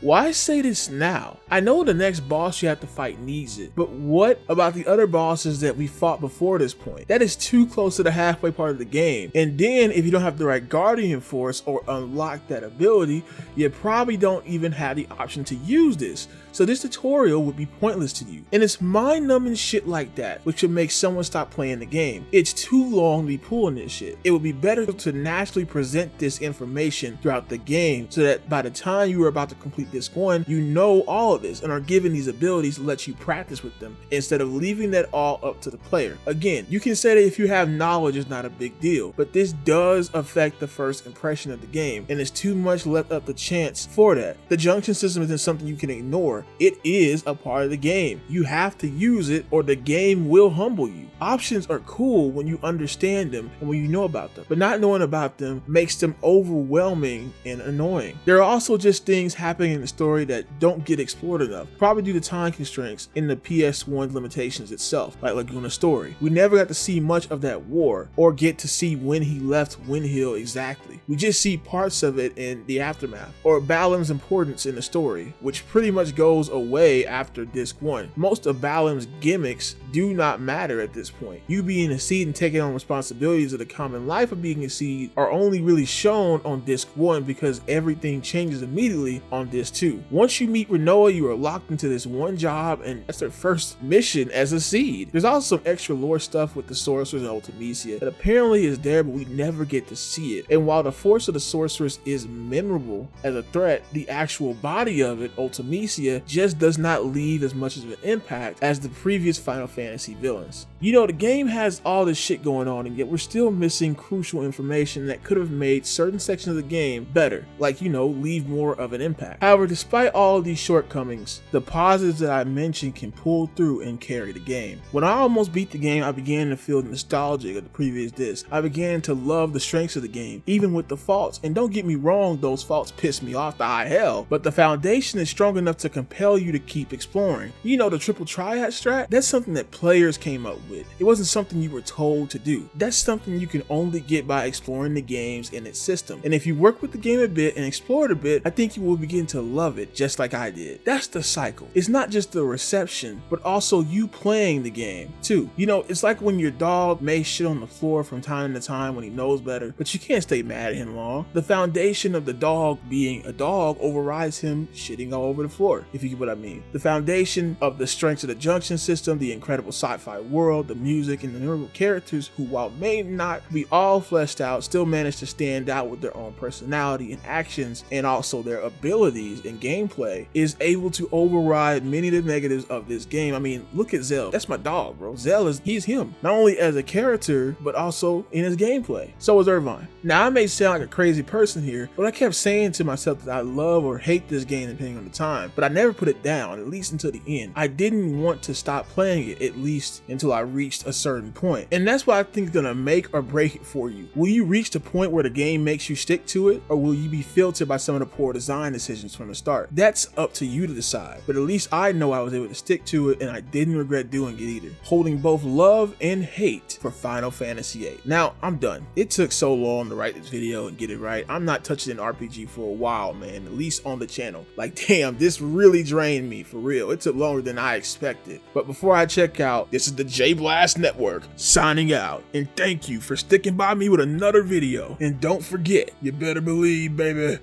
Yeah. Oh yeah. All right, I'm done. Goodbye.